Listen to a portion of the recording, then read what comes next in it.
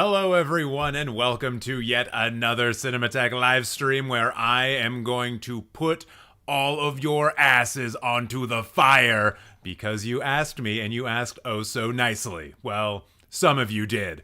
My name is TJ. I will be your roast master tonight. This channel's called Cinemateq. I love talking about movies here with all of you, and if it means, that I need to insult all of you all of the time every Tuesday night, that's fine with me. I'm cool with that. Really.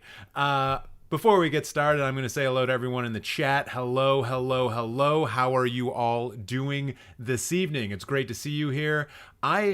Every single week, I am more and more amazed by the people who show up to these live streams, but not only the people who show up during the live streams, get in the chat, say what's up, but also like the time when you guys start showing up. Like I logged on today and the chat was going already, like a half hour before, maybe even before that, and I was amazed. It's like actual proper community building is going on. It's kind of incredible, honestly. And yes, Eli, you are right. There are new emojis for channel members. So if you want to use Bong Joon-ho's lovely smiley face, or Jack Torrance's Kubrick face, or crying Spider-Man, or the neutral, unimpressed expression from the investigator from one of my favorite movies, Zed, you're going to have to become a channel member to do that.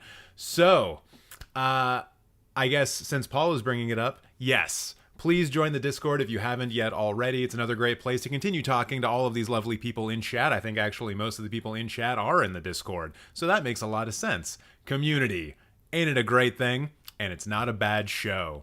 So once again, I'm just going to say hello to the people in the chat. Hello, Liam. Hello, Jada J. Hello, Dabenstein. Hello, Dooman. Hello, Ella. Hello, Paul. Hello, Hawk.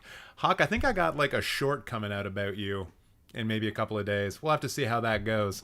The second I saw it, I clicked in. Hello to your Mies. Hello to Nocturo. Hello to Jack. Hello to Carson. Hello to Valcuz. Hello to Planet Bazaar. Hello to Man Sour. MirandaNReed. I don't think I've seen you in the chat before. Hello, hello, hello. Anne is here. Crossfire is here. So many cool people. And you know who is here, who is probably a cool person, but it's not going to matter in about 30 seconds, is Zoe. Zoe, you have been coming to these live streams for a couple of weeks now, maybe even longer than that. And so it gives me great pleasure to let you know that you're number one. You're first up on the bonfire. And you know what that means. The first person to go always gets it the best. Or worst, depending on how you want to look at it. So why don't we get right into this roast. The roast of Zoe. And Zoe, she's a very kind person. She absolutely wants to greet the people who come to her profile with just a wonderful image of Joseph Gordon-Levitt having just gotten the shit beat out of him. So thanks a lot for that, Zoe. We all hate him, and this is a wonderful image for us to see. And the thing that's weird about Zoe's profile here, I picked this out almost immediately. You can see it in her bio. At Zoe has the best opinions, in quotations. And apparently, this is said by literally everyone. And you know what that means, everyone watching at home? Zoe has no friends at all. Because only that type of person would let you know that every single person who has ever come into contact with them thinks that they're great. I will even tell you that there are people out in the world who think that I suck, because I don't need people to think otherwise. Anyways, let's move on down to the favorite films, which include Brick, Bones and All, But I'm a Cheerleader, and Gabriel. And you know what, Zoe? I get that you are trying to be the indie queen of this site. I understand that compulsion, the desire to stand out in a crowd of film bros and Dark Knight lovers. But couldn't she have gone a little bit further afield if that was the goal? I mean, Brick, I guess people don't really know about it, but I mean, the guy who directed it also did a Star Wars, so how indie could it actually be? Hands up in the chat if you've ever seen Brick. I'm sure there is at least one other than me. Hello. And I guess Zoe probably. Oh wait, yeah, shit. That was Sometimes when you get on a roll, you just lose the roll and you feel like you gotta stop. There was also another thing that I wanted to point out in your profile, Zoe, and I'm just gonna be hopping around right now because I drank a lot of Diet Coke before coming on this, and I'm feeling like Patrick Bateman but without a chainsaw. So you, from the looks of it, are from Sleepyville, Tired Land, and you know what? Same. I often find that I wake up feeling as though I had spent a day in Sleepyville, Tired Land, and I just desperately want the citizens of Sleepyville, Tired Land to invest in a proper mattress. Maybe don't let the cat in the room at night. It'll stop walking on your face. I assume you have multiple cats because of the literally everyone thing. What else can we say about our dear friend Zoe? Well, of course we're going to be checking the lists. And it must be nice to have so much time on your hands, Zoe, to be able to create a list about all of the Black Mirror episodes. Except it's not even all of the Black Mirror episodes. I suppose there's only a certain number of them that are on Netflix, but kind of seems like you could have tried a little bit harder for that one. My favorite movies from my favorite actors. Ooh, this should be interesting. I gotta turn that off. I always forget to do this because no one wants to know what films of these I've actually seen. No one needs to be able to roast me in the chat for having not seen Heathers yet, I guess. So, in the notes you'll see which actors correlate to the movies. Okay, easy A, Emma Stone. All right. Is Taylor Russell really one of your favorite actresses? Because she, didn't really do much before Bones and All, if memory serves. Did you just love Bones and All that much? It's probably a cannibal thing, right? Yeah. Damn cannibals. Always figuring out a way of getting onto this stream. I don't know how they keep doing it. Natasha Lyonne for But I'm a Cheerleader. You know what? That's cool. JGL for Brick. He's actually pretty good in that movie. One of the lines that I was thinking about potentially using in this roast when I saw that Brick was going to be up there was quoting the line from the movie where JGL says, I've got 5 senses and I slept that night, which puts me 6 up on the Ladia. And it's just so good and so hard. And I just thought, nah, why do that? Why try to seem like a try hard on a live stream where I try hard for 4 hours? I don't need to put any additional work in is what I'm saying. Tony Collette from Muriel's Wedding. I see Eli in the chat laughing about that, and I don't know why he's laughing, except for the fact that Tony Collette is probably better represented by Hereditary, a movie that she should have won a goddamn Oscar for. W in the chat if you agree. Then we've got Heathers for Winona Ryder. She was pretty cool in a lot of movies I've seen. Michael Cera, though, even as a Canadian, I find this to be an egregious inclusion. Freeway for Reese Witherspoon and Rory Culkin for Gabriel. Rory Culkin? He's like the least favorite Culkin, right? I think so. What are the films that he's done? Signs, okay, he did Scream 4, Lords of Chaos. Fuck, I still need to watch Lords of Chaos. As someone who actually enjoys black metal, I feel like I would hate that, but also love it at the same time. Really what I'm looking for here is to see if he's like the one Culkin brother who was in that movie with Jean-Claude Van Damme, and I don't think it is. Sorry, Zoe, I'm gonna have to pause your roast. Because I need to let you guys know about a movie. Some of you people who have been here for longer than the last month or so, you may have heard me talk about this film, Nowhere to Run. And oh my God, don't let this 3-star fool you. In fact, let me tell you, if anything gets a 3-star from me, that's high praise. But this film, this goddamn film, starring Jean-Claude Van Damme, Rosanna Arquette, and Kieran Culkin, I guess that would make him the Culkin who's probably most famous now because I think he's in Succession. This movie fucking rules. Not only does it have some wonderful camera stuff going on, and I think maybe my light is a little bit too dark. Let me just interrupt this rant inside of a rant to make you guys see me better and to blow my face out a little bit more. There we go. Those are the highlights I want everyone to be able to see. So this movie, it continues on a great tradition in Jean-Claude Van Damme films where they try to explain his accent. And in this film, the way that they explain it is that he's actually from Quebec. And that's great for me as a Canadian, and therefore the world. And he's like a convict on the run, and he eventually finds a family who's in the situation where a bunch of greedy developers are trying to take over their land, and she's like, no, I don't want to do that. And they're like, well, we're going to start terrorizing you. And then Jean-Claude Van Damme shows off his dick to an 8-year-old. And I know what you're thinking when you hear that, but TJ, isn't that technically like not a good thing to do, exposing yourself to a child? Well, yes, you're right. That is not a very good thing to do. But it's one of the things about this film that makes it so charming, is that it's so goddamn ridiculous in incredible, incredible ways. Let me tell you about this scene, just so there's no confusion.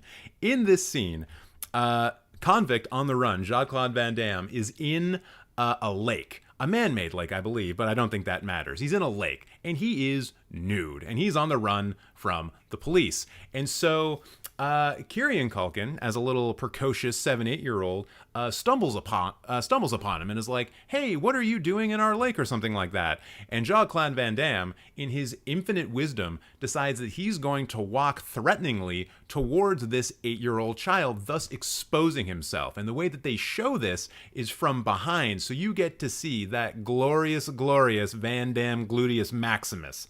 Absolutely breathtaking hiney this man had in the early 1990s. And so he has no problem. He has no problem doing this, except when the kid's younger sister, I think, shows up right behind him. So now Jean-Claude Van Damme is exposing himself to 2 kids, but that is 1 kid too many. And so what does he do? He gets all bashful and he goes back into the lake and he covers himself up. And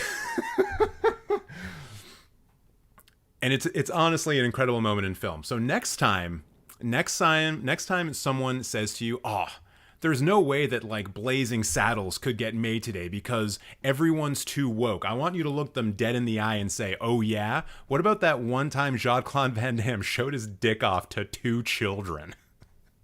That truly is something that could not happen in a film today. And then, like, they also try to play the situation off for laughs, like, later in the film, which is its own kind of hilariousness, which I will leave for you guys to watch for yourself, because, like, despite what I just said, this is a pretty fun movie, and, like, that moment is funny. It's played for laughs, but it also is just weird. It's also just very weird. Anyways, what were we talking about before? Oh yeah, Zoe and Zoe's lists. I think I'm just done with this one. I don't really care about Rory Culkin anymore. And neither does anyone else. Hey, Don's here. Unfortunately, we're not doing World Time. We're doing the Roast of Zoe currently. And her top film of 2022 was Bones and All. And then Fresh came after that, which is also a movie about cannibalism, right? Zoe, is there something you would like to confess to us in chat? Because we're all friends here. We're a community, as I said. We're not gonna rat you out to the cops if you're really into cannibalism. That's a you decision. That has nothing to do with us. But we need you to very clearly state, and perhaps write your name in the chat as well, and say, "Hey, yeah, I like eating people. It's fine." Oh, it's a coincidence, Zoe. I don't know if I particularly believe you, but you know what? You're new to the community, and maybe this is just going to take time. Maybe we just need to build up a level of trust before you can start talking about the flesh of humans that you consume.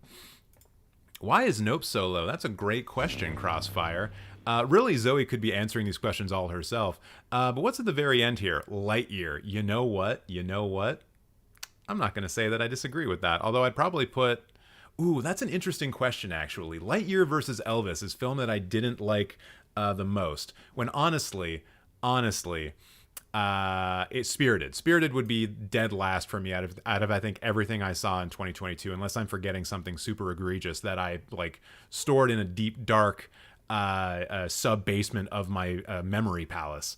But Lightyear versus Elvis, Lightyear is just not good because it's boring. Like, it's exceptionally boring. It's almost awe-inspiring in how boring that it is. Whereas Elvis is bad for other reasons, particularly for Tom Hanks' performance, but it also has some good aspects to it, like some of the cinematography and editing was actually kind of nice. So I think overall, I think Lightyear would need to be in last place for me, but that's a tough call. And some of these films I didn't actually get to see. I didn't see Amsterdam because I don't support David O. Russell. Remember that talk that we had last week about not supporting Predators? David O. Russell's part of that conversation. Oh, Although I guess it's entirely possible that you watched Amsterdam without paying David O. Russell money. So I'll give you the benefit of the doubt for now, even though this is a roast. Also, Black Phone sucks. I'm sorry. And it seems to me that you're probably not the indie queen I made you out to be, because your top 4 films all have horror aspects to them. And you also got the menu down here at number 7. But like the Black Phone. No. That movie just does everything the wrong way. Every single instinct that the filmmaker went with was the wrong one. And they probably should feel real bad about that. Thomas saying the Black Phone is good. Also, thank you to Knox Arden for the donation. I super appreciate it. If you want me to roast you, you gotta send me your Letterboxd profile thing. Or if that's just a donation, cool. I appreciate it all the same. And also, someone else donated and I missed it. Vol Cuss. I've noticed you getting in the comments of the videos a lot recently, and I appreciate that. So thank you very much for the donation.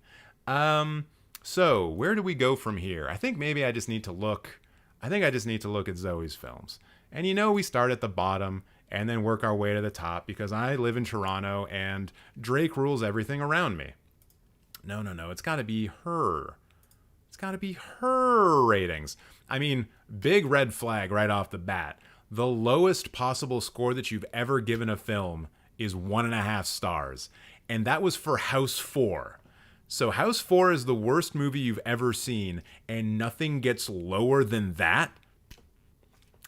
I don't know, Zoe. I feel like maybe you're being a little bit too lenient on these films. Although based on how quickly we get to 4 stars, I'm going to assume that you're not watching a lot of movies, or you're just not ranking a lot of movies. Alien and Cocaine Bear are not the same. Wait, are they really? Are they really on the same thing? Oh, they're right beside each other. Oh no. Along with like They Live, which is just, I guess, a worse movie, but only barely better than House 3. Also, seeing Nightmare Alley and House 3 beside each other is kind of wild. Like, what's going on?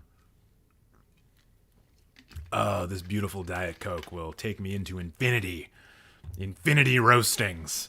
Yeah, there's only 2 pages of things here, so I'm just assuming you're not rating a lot of stuff. Maybe you haven't seen a lot of stuff. What's going on at the top end, though? Oh, a Black Mirror episode. Interesting. Greener Grass. Oh my god, I was so right about the indie princess thing. I'm coming back to it. Empire Records 2. That was what you would watch in the 90s if you were desperately trying to be like really into indie cinema, but the best you could ever do was like go see whatever film was like quirky at the 6-screen multiplex down at the mall. Like that would have been the thing that you would have seen. Empire Records. It would have fit that block precisely. And I'm not going to say it's a bad film. But it fits. It fits the profile. I should be on Criminal Minds, honestly. Let's all be real. Fear Street higher than Everything Everywhere All at Once. Oh no. Zoe, how dare you not conform with the expectations of the rest of us? So indie of you. Rylane is not 10 out of 10. I mean, I've never seen it, so I can't comment on that. But yeah, I guess just to finish my painting of the indie princess, indie queen, whatever I was saying. Original Carrie, Election. What else we got going on here? Saved kind of fits into that indie-ish kind of quirky film I was talking about.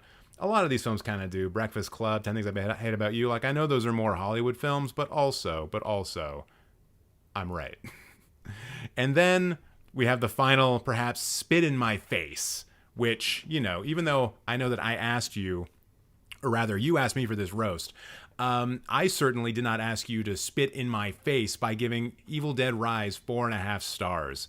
Like, literally just go watch more horror films and you will see the error of your ways in this case. And I know that a lot of people are into Evil Dead Rise, and I'm convinced this is one of those situations where I'm correct, and it's just going to take a lot of time for people to catch up and realize that I was right the whole time.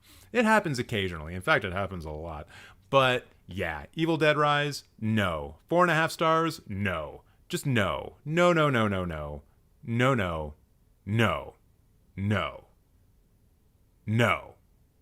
And I think that's going to be the end of Zoe's roast. Whoo, TJ gaslighting, love it. That's not gaslighting. That's not gaslighting. I don't think that's gaslighting. Is me saying that gaslighting?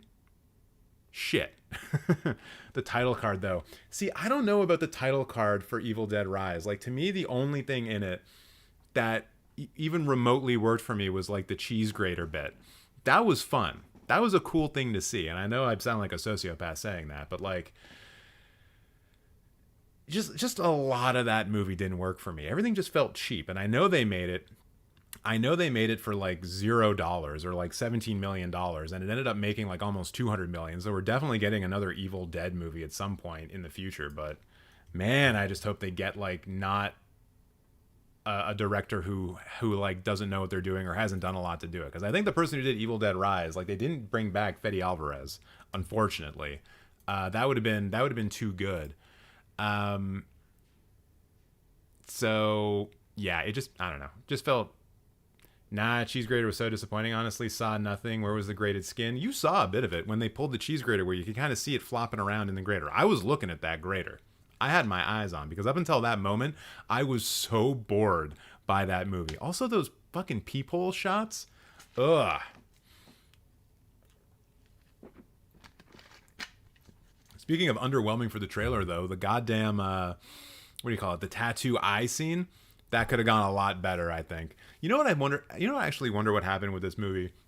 Were they thinking it was going to be a PG-13 film for a bit? Because some of the way they do the gore made me think that they were maybe trying at some point for PG-13, and someone said, "All right, we have an entire elevator full of blood and like a wood chipper. Let's just throw all of the swearing in there and go for it." Because some of the ways they did the gore was just like Now, for those of you who are asking like where you are in the line in the queue, I have no idea. I really do not. Every time I go live, I have to check the last live stream to see who I ended off with, because I really cannot track this. There are hundreds of comments in that on that list right now, and if you want to get on that list, link in the description box below. By the way, so I don't know your placement. If you want to go like now, like super soon, you gotta use the super chat, which is what our good friend Valkus, who I mentioned earlier, is someone who's been getting into the comments more recently. We're gonna be doing them next because of their super chat. So let me just take a look at their profile for a second while I also read your chat a little bit. I understand people calling Greener Grass a masterpiece. It's like George Glass from the Brady Bunch, SNL, and David Lynch. I personally gave it 4 stars. Interesting. Last live stream you ended with one further than me, but I wasn't in it. Then you're probably coming up soon. Yeah, is your Letterboxd name Art? Because that's the person coming up after Morscer, unless there's more super chats. Oh, Noxofspades, thank you so much for actually replying to me and getting that in here. Hell yeah. So you are going to be going right after I'm done with this next poor soul. I'm actually interested. What's going on here? Huh. All right. Well, I can see one thing about your profile that we can at least change immediately. All right. Oh no. I just love looking at someone's profile and it's like I know exactly what I'm going to say. You know, sometimes you look at the profile and it's like I don't know what I'm going to do. How am I going to turn this into a bad thing? And then there are some profiles I look at and I'm just like, oh boy, no, Vol. I'm not talking about yours. Please, no greener grass banner. Don't worry. We're not there yet. Oh, MirandaNReed coming in with the super chat. Thank you so much. We are going to be coming for you, I guess, third down the line. Y'all are crazy. Like, it's my kind of crazy. I love it, but I'll just say thank you again and again and again for helping support this channel. So let me just take one more quick look at Morscer. I think I know where I'm going with this. I'm gonna have to cut my own heart out, I think, to make it work. But whatever, I'll make it happen. Speaking of making it happen, how about we do the Roast of Morscer? Thank you very much for giving me a name that is absolutely impronounceable because having an S and a C together like that just makes no sense to my brain. Anyways, this person is living in a sci-fi dystopia somewhere, also known as literally anywhere on the goddamn planet that we currently inhabit. Thanks for making me depressed, man. And going down to the favorite films, you're probably thinking to yourself, but TJ, you love all of these movies. And while I would say Empire Strikes Back, love is a strong word, certainly for Blade Runner 2049, Blade Runner and The Thing, I have often said that I am a big fan of all three. So how do I roast this? Well, that's very easy. Because this is some bullshit for Blade Runner specifically. And I'm going to tell you why. Blade Runner, the final cut, Mr. Morden, if I want to get into some Babylon 5 shit, if I want to. The final cut. You mean the one that Ridley Scott took 25 years to figure out and finally put together? The one where they had to go back and recolor grade the whole thing because they didn't like blue and they thought that a lot of scenes should be green? Mr. Moore? No. I will say this every single day of the week. The final cut of Blade Runner is the inferior cut of Blade Runner, and the director's cut will always be number one in my heart. So please, change your bullshit. And I know that it can be difficult to find the director's cut, but if you haven't seen it, I highly suggest that you do. Aside from that, looking at Blade Runner 2049 and having it as your number one thing, I can only assume you're an edgy teenager who masturbates to Ana de Armas like all the fucking time.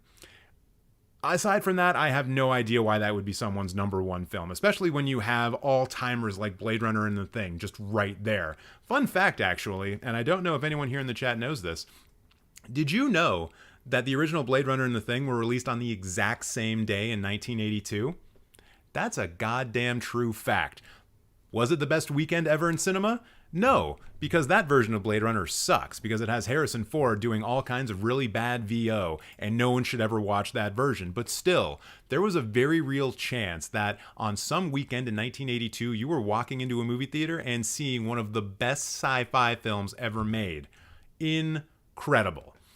And then there's Empire Strikes Back, which, is the second best Star Wars film. So I'm not really going to say anything more about that. I did see some people, though, in the chat bringing up the Bye Bye Man and how it's listed here for a half star. And you know what? I'm really glad that got a half star, because this would have gone a lot worse for you if you had given that anything other than that. And you know what? I've never even seen the Bye Bye Man. But you know what I have seen? The title of the film, because it's right there. The Bye Bye Man? Give me a goddamn break. I probably say that too much in these roasts. I've also seen the trailer for the Bye Bye Man, and it's shit. It just looks like shit. It looks like someone saw a film like Darkness Falls or like the Jeepers Creepers sequel and was like, okay, if those can make money, then surely we can put in less effort and make the same amount of money, right? That's probably a thing we can do.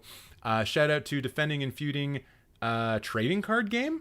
TCG, are you a whole ass trading card game? Well, thank you very much for your support and your super chat. We'll be getting to roasting you in but a moment, and by but a moment I mean like you're fourth in line, I think. Okay.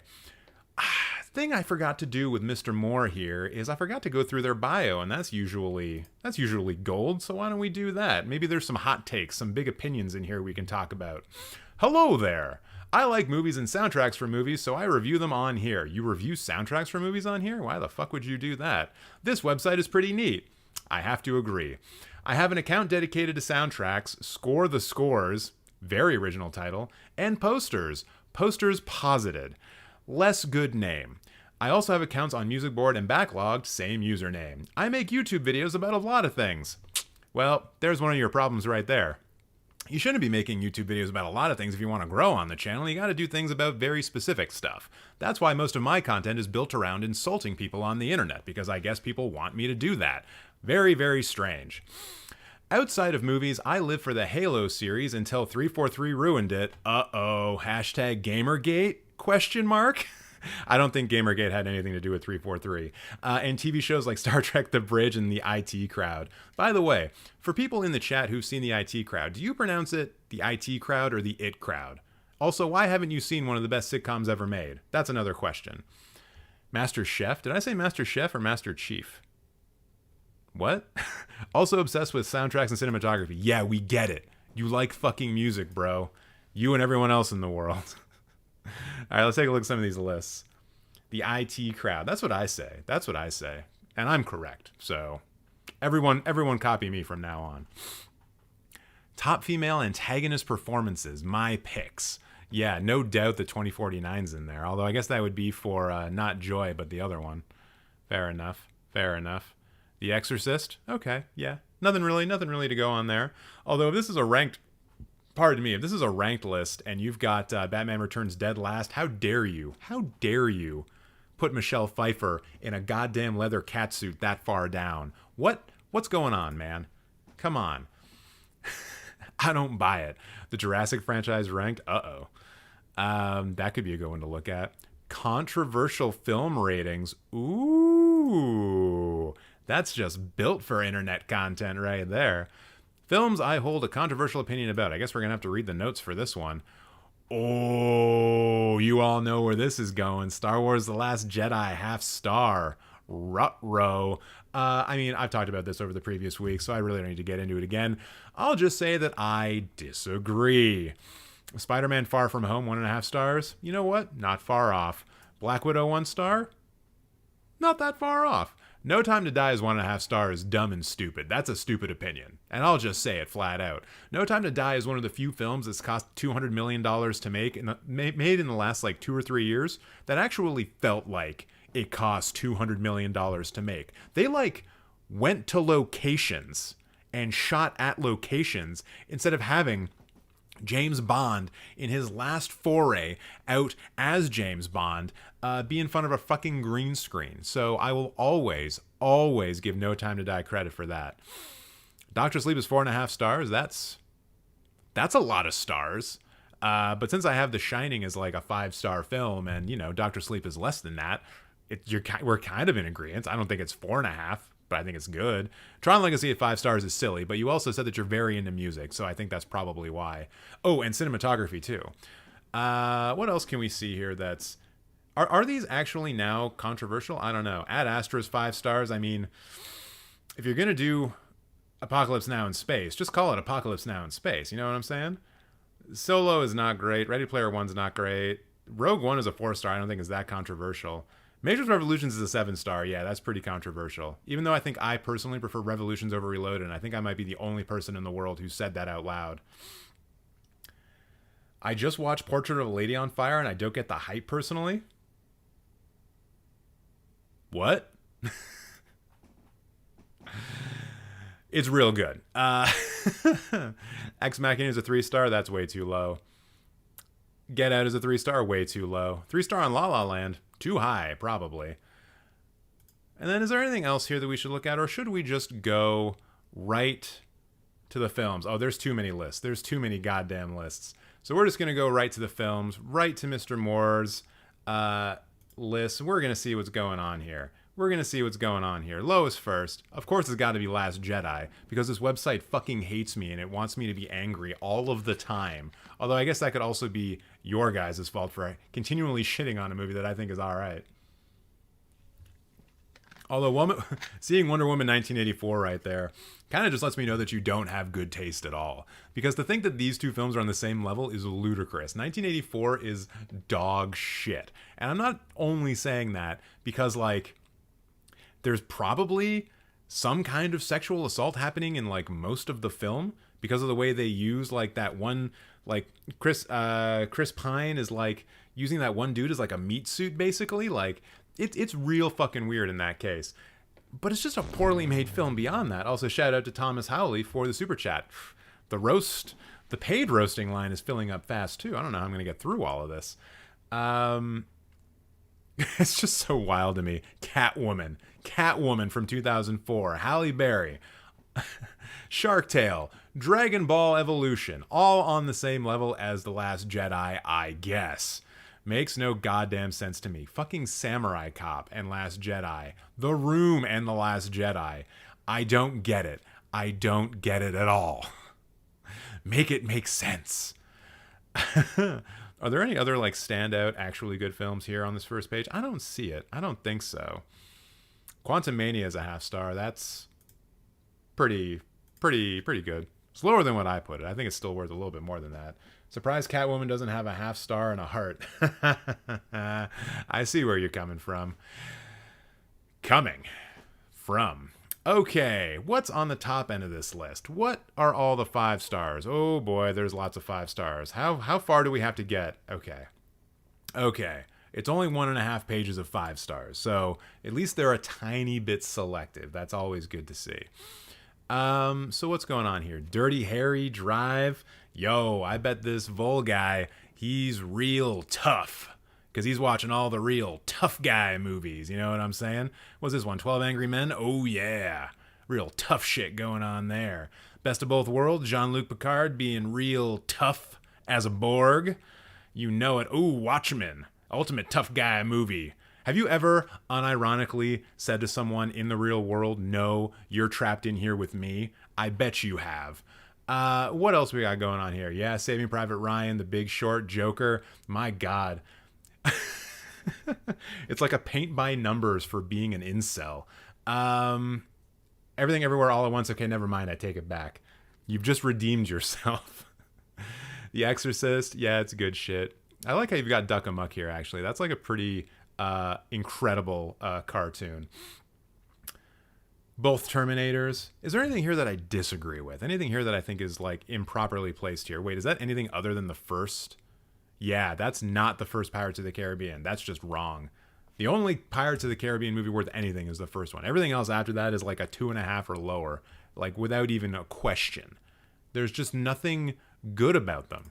It's like they were the big like Marvel style blockbusters before people really figured out how those films should be presented. And so even though they're still very long at 2.5 and 3 hours, my God, do you feel that length? Oh, it's so bad. Unsurprisingly, The Dark Knight, 5 stars. The Life Beyond 2, The Museum of Alien Life. The hell is this? What? I mean, that looks real cool, actually. But I don't know what this movie is. It's only 37 minutes long. Okay. The Sounds of Space. Planet Azula. What? This is some weird sci-fi shit. You're going down some interesting rabbit holes. Yeah, I think this is about it. Wait, which Macbeth is this? Oh, that's the one with Michael Fassbender. Yes. Real tough guy stuff. All the tough guys into Shakespeare. What an ass am I? The tough guy chant. That part's from Hamlet. I'm sorry. I'm mixing up my Shakespeare.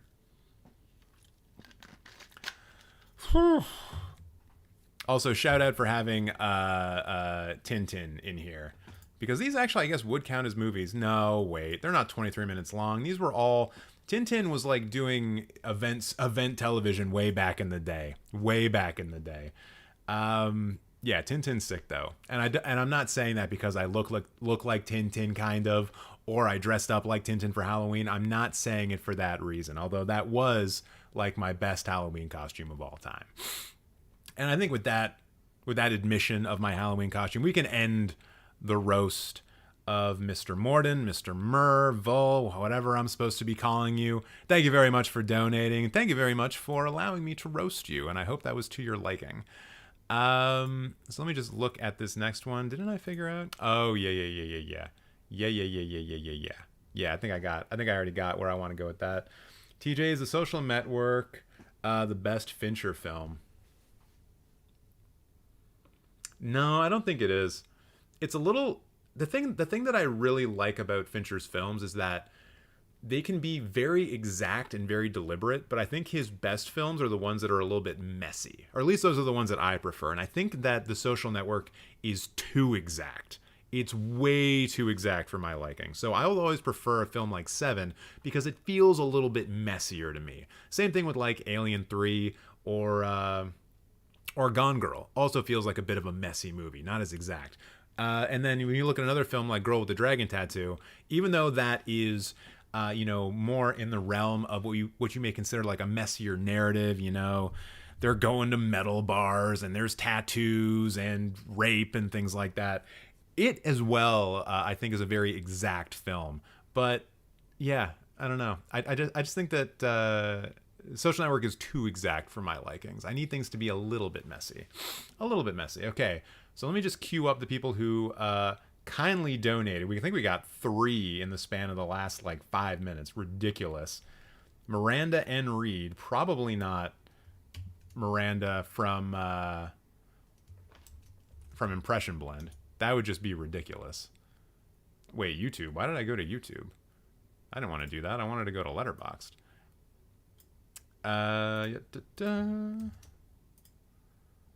MirandaNReed. Yo, that's a sick profile picture. Oh, you're going to allow me to go on a rant as well, which is what I like, just right off the bat. Defending and feuding TCG. I'm going to assume that that is also your Letterboxd name. If not, please put it in the chat. God, I don't think I'm actually going to be able to copy and paste that because it's so long. Thanks a lot for making my life hard by donating money to me, you jerk. You absolute jerk. What do we got here? Defending and feuding. I wonder if it'll pop up if I just search for that. Nope. God damn it. TCG. Nope. Yeah, you're going to have to throw that... You're going to have to throw that profile name in there for me. X Livy from Thomas. Thank you so much for the donation. Coming for you after defending. I'm going to call you Defense Defending in honor of Falling Down, one of the best action movies that no one's ever seen.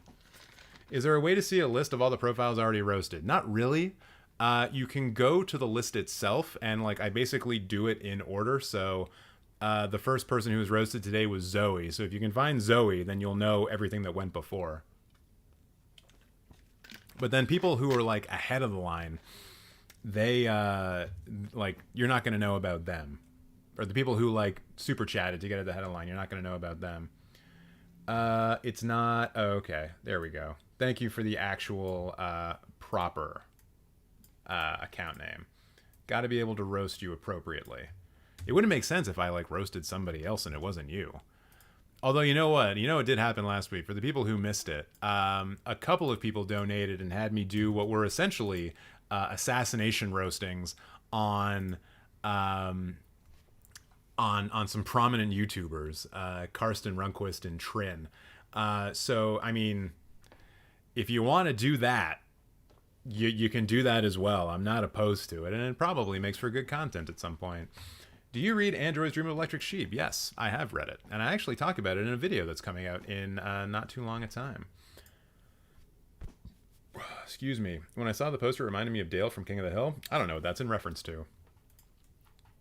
The Oscar expert was even there as well. I think that one was a while ago. And I don't think that one's getting turned into a video because I think I was kind of like...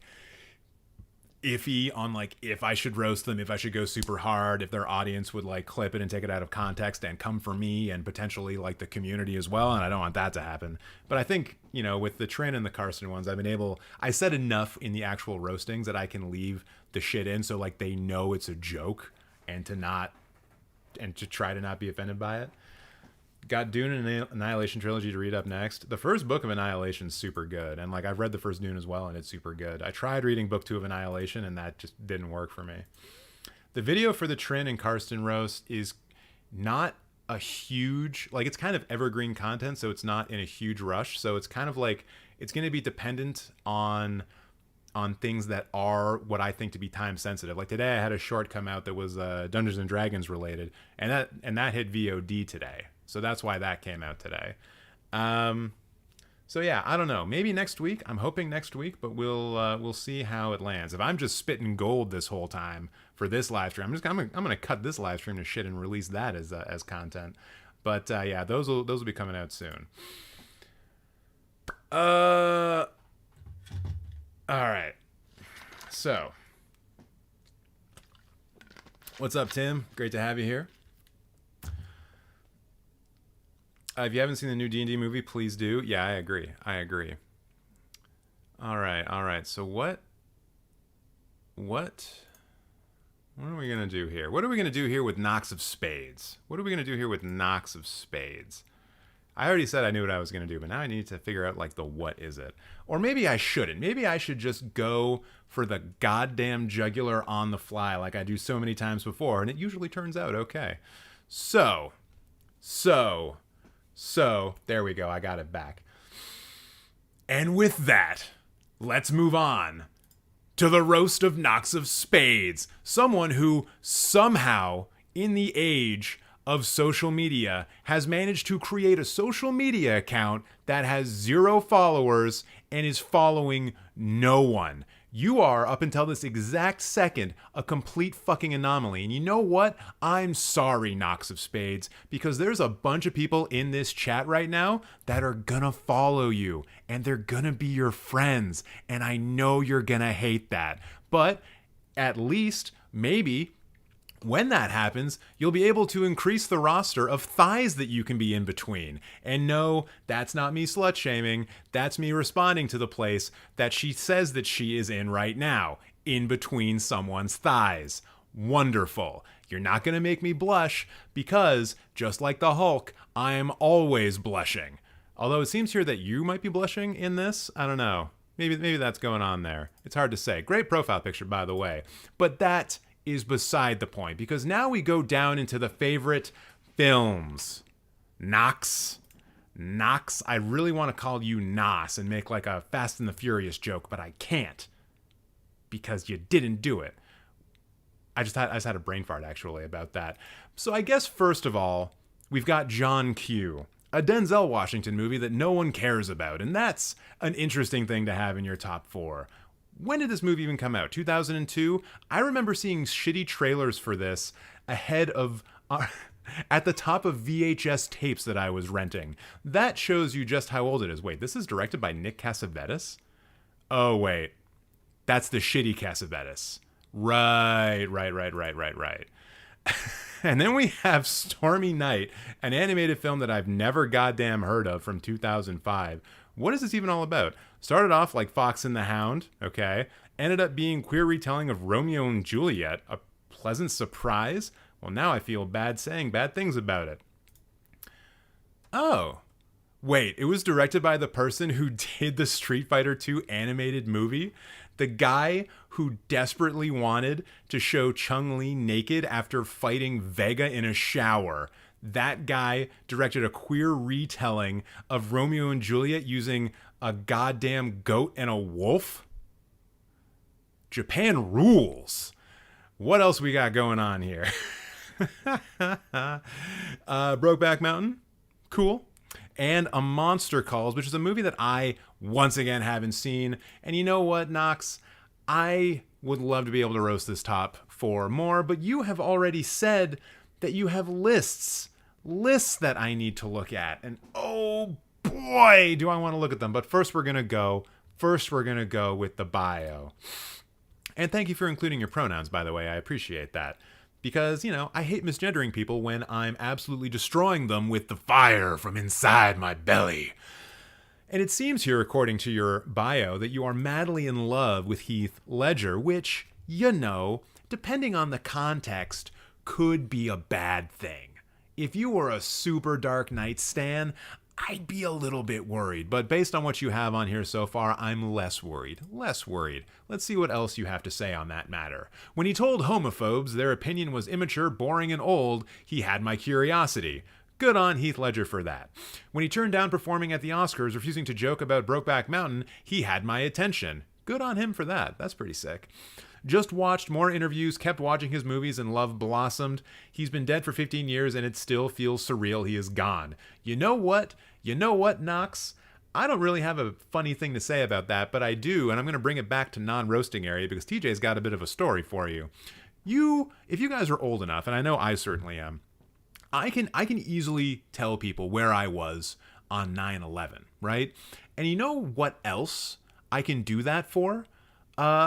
When Heath Ledger died. I can tell you where I was when Heath Ledger died because I was in class. I was in university at that point in time, and I had a laptop. I was connected to the internet. I was taking some notes. I think we were on a break, and I was the person who, while like just browsing the internet, said, "Oh shit," out loud. A couple people sitting in front of me turned back to me and were like, "What?" And I said, "Heath Ledger is dead." And this was before The Dark Knight came out. So this probably was 2008 when this happened. And the fucking expressions of everyone around me and the way that they all just fell into shock and disbelief, I will remember that for the rest of my goddamn life. Wild how, like, that man, before he even delivered the performance that would define his career, was already so beloved for putting in really good work on movies that typically coming out today, if you see them, you know, a trailer for them or whatever, you're just rolling your eyes and thinking, that's not going to be anything. 10 Things I Hate About You, that movie about him going back in time and being a knight, or maybe he was always back in time and someone else was doing the knight thing. I don't know. But it's actually crazy how much of an impact he had on so many people, especially in a place where you'd think that a lot of us were going to be like snobby assholes about film. But no, Heath Ledger had our respect. And he got even more of it once The Dark Knight came out. Anyways, Knox, back to the roast where I'm going to look at your list. Because apparently they're bad. By the way, when I come back to her page, I want to see some people following them. And I'm sorry if I misgender you. I will try my best not to do that. Movies they won't let me live the heterosexual lifestyle. Interesting. Let's see if I can get myself canceled. I thought I was a BLT ally, but these movies said, you're a rainbow robber, accept it. What? So I guess these are the movies that won't let you live the heterosexual lifestyle. So these are the ones that you watch and you think to yourself, okay, I'm a little bit queer. We're going to see where we can go with this. The Mummy, well known for being a film that awakened the bisexual nature of a lot of people in my generation. This movie, I would have been 14 when this movie came out. And when you're there, when you're seeing Brendan Fraser and Rachel Weisz together, it's like, those are attractive human beings. And then you have films like Atomic Blonde, Jennifer Body. I mean, Jennifer's Body is a very well-known film that has been kind of adopted by the queer community. Lots of great articles about it. Harry Potter and the Goblet of Fire, I have no idea what that's all about. Like, you have But I'm a Cheerleader on this list, and also Harry Potter and the Goblet of Fire. And if I had to pick a film that was the most gay between the two of them, it would not be Harry Potter and the Goblet of Fire. Not at all. Not even close. And the rest of these I haven't really seen. Although, wait, is this the original Suicide Squad? Are you fucking kidding me? What? How does this film not let you live a heterosexual lifestyle? If anything, it should just not let you live, because you should want to end everything after watching it because it's so fucking horrendous. Ugh. I'm gonna fucking gag on that one a little bit. Ugh. Also, Bound is here. That's cool. I still need to watch that, actually, but I know it's a very sexy movie. So what else we got here? Shitty movies I strangely like. Oh, this is always going to be fun. Child's Play? Wait, that's got to be the new one. Okay, it's the new one. Everyone calm down. Because the original is a classic. What up, Brad Dourif? Also, Seed of Chucky. What's up with you liking bad Chucky movies? Although, honestly, if that were true, you'd have a lot more Chucky movies here. After the first one, they kind of go downhill. The Forsaken, I recognized this poster. Well, not this poster, but the other poster. But this was like peak, like pre-WB, or excuse me, pre-CW, when like we had UPN and WB before they merged together. This was like peak WB, but on film kind of stuff back in 2001. Like, look at this poster. Look at all of these young, beautiful people. Incredible. I mean, it's a bad film. Excuse me. But yeah, I think actually you can point to like just people who are in the WB here. Like Brendan Furr, I'm pretty sure he was in Roswell or one of the WB shows. Good Burger, cult classic. I Know What You Did Last Summer. I saw that movie in theaters with my dad, and when the guy took that pick thing and like stabbed the person and like dragged the body with it, I said, "That's cool," out loud. And there were some older women in front of us who were kind of like, "Oh my stars, he said, oh cool." Like, I to them was the downfall of society, essentially. That's what I was representing for them. And you know what? I'm proud to have done it, because I probably held the door for them on the way out. By the way, who is this person in P2? Because I look familiar. Oh, Rachel Nichols. She's Canadian, I think. And Beast, you know what? There's some decent camera work in this. So you know what? I'm maybe not going to be not going to be going so hard on your list until I find something that I can absolutely disagree with. If you want peace and quiet, never mention these movies to me. Uh-oh. Are we about to start a riot?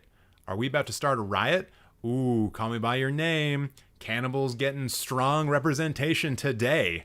The Guilty and The Guilty, the original and the remake. Interesting. Turning Red, what up, Toronto representation.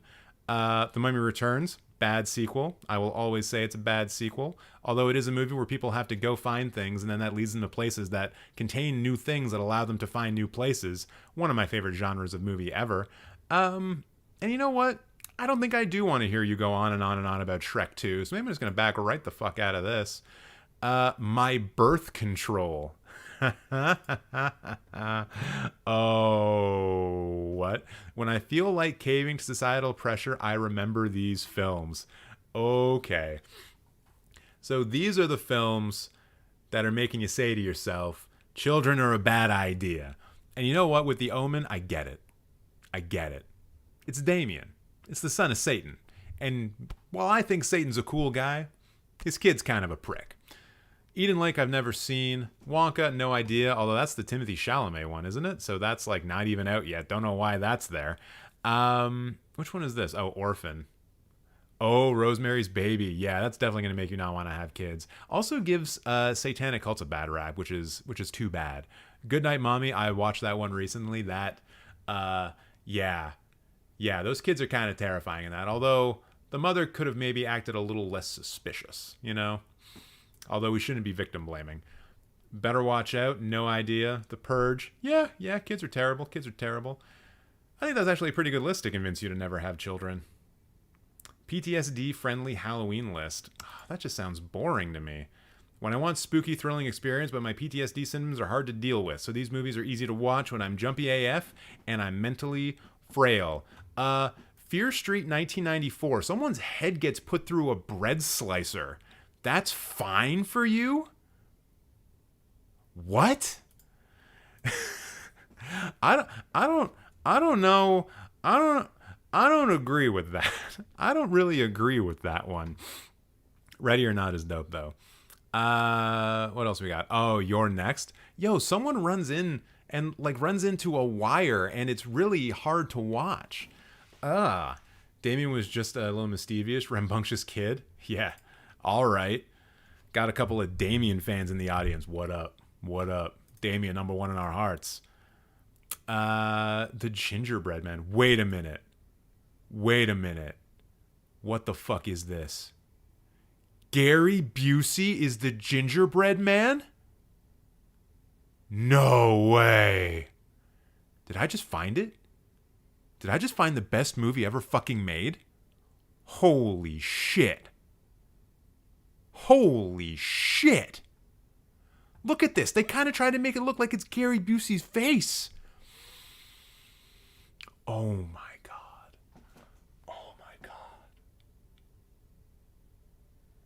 Oh geez. I'm glad that I have been cultivating a somewhat horny on main persona when it comes to this channel, because I'm going to need to go to my bunk after seeing this. Holy good god darn. Who directed this movie?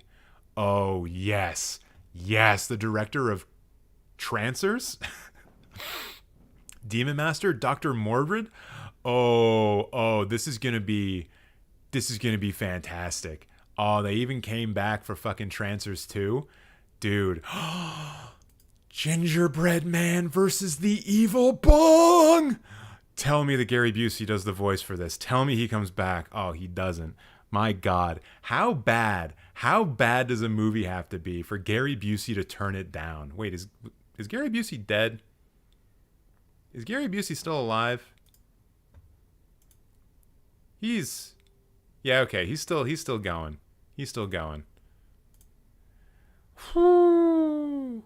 Wait a minute. Evil Bong 2 King Bong. Wait a minute. Is there a fucking, is there a universe similar to the Monsters universe where they have like Godzilla and King Kong, but it's Gingerbread Man and Evil Bong and maybe like Puppet Master and shit? Like, look, Evil Bong 3, The Wrath of Bong. So how do we get to the world where Gingerbread Man and Evil Bong face off? Oh my god, there are so many Evil Bong movies. What the hell? Evil Bong 420, Evil Bong 666, Evil Bong High Five, Evil Bong 777. What is that, like a Jesus version of bongs? Evil Bong Infinity High? What? What rabbit hole did we just stumble into? What is going on here? In the conversation of like worst films ever made and like worst directors ever, you always get like Uwe Boll and like Tommy Wiseau and that guy who did those other movies that are really bad that he always just makes and puts himself into. But like, why the fuck have we never heard about Charles Band and the Bong films? Nazi-a-thon? What even is that? Decadence and Destruction? What is that? Like a softcore porn film for Nazis? What?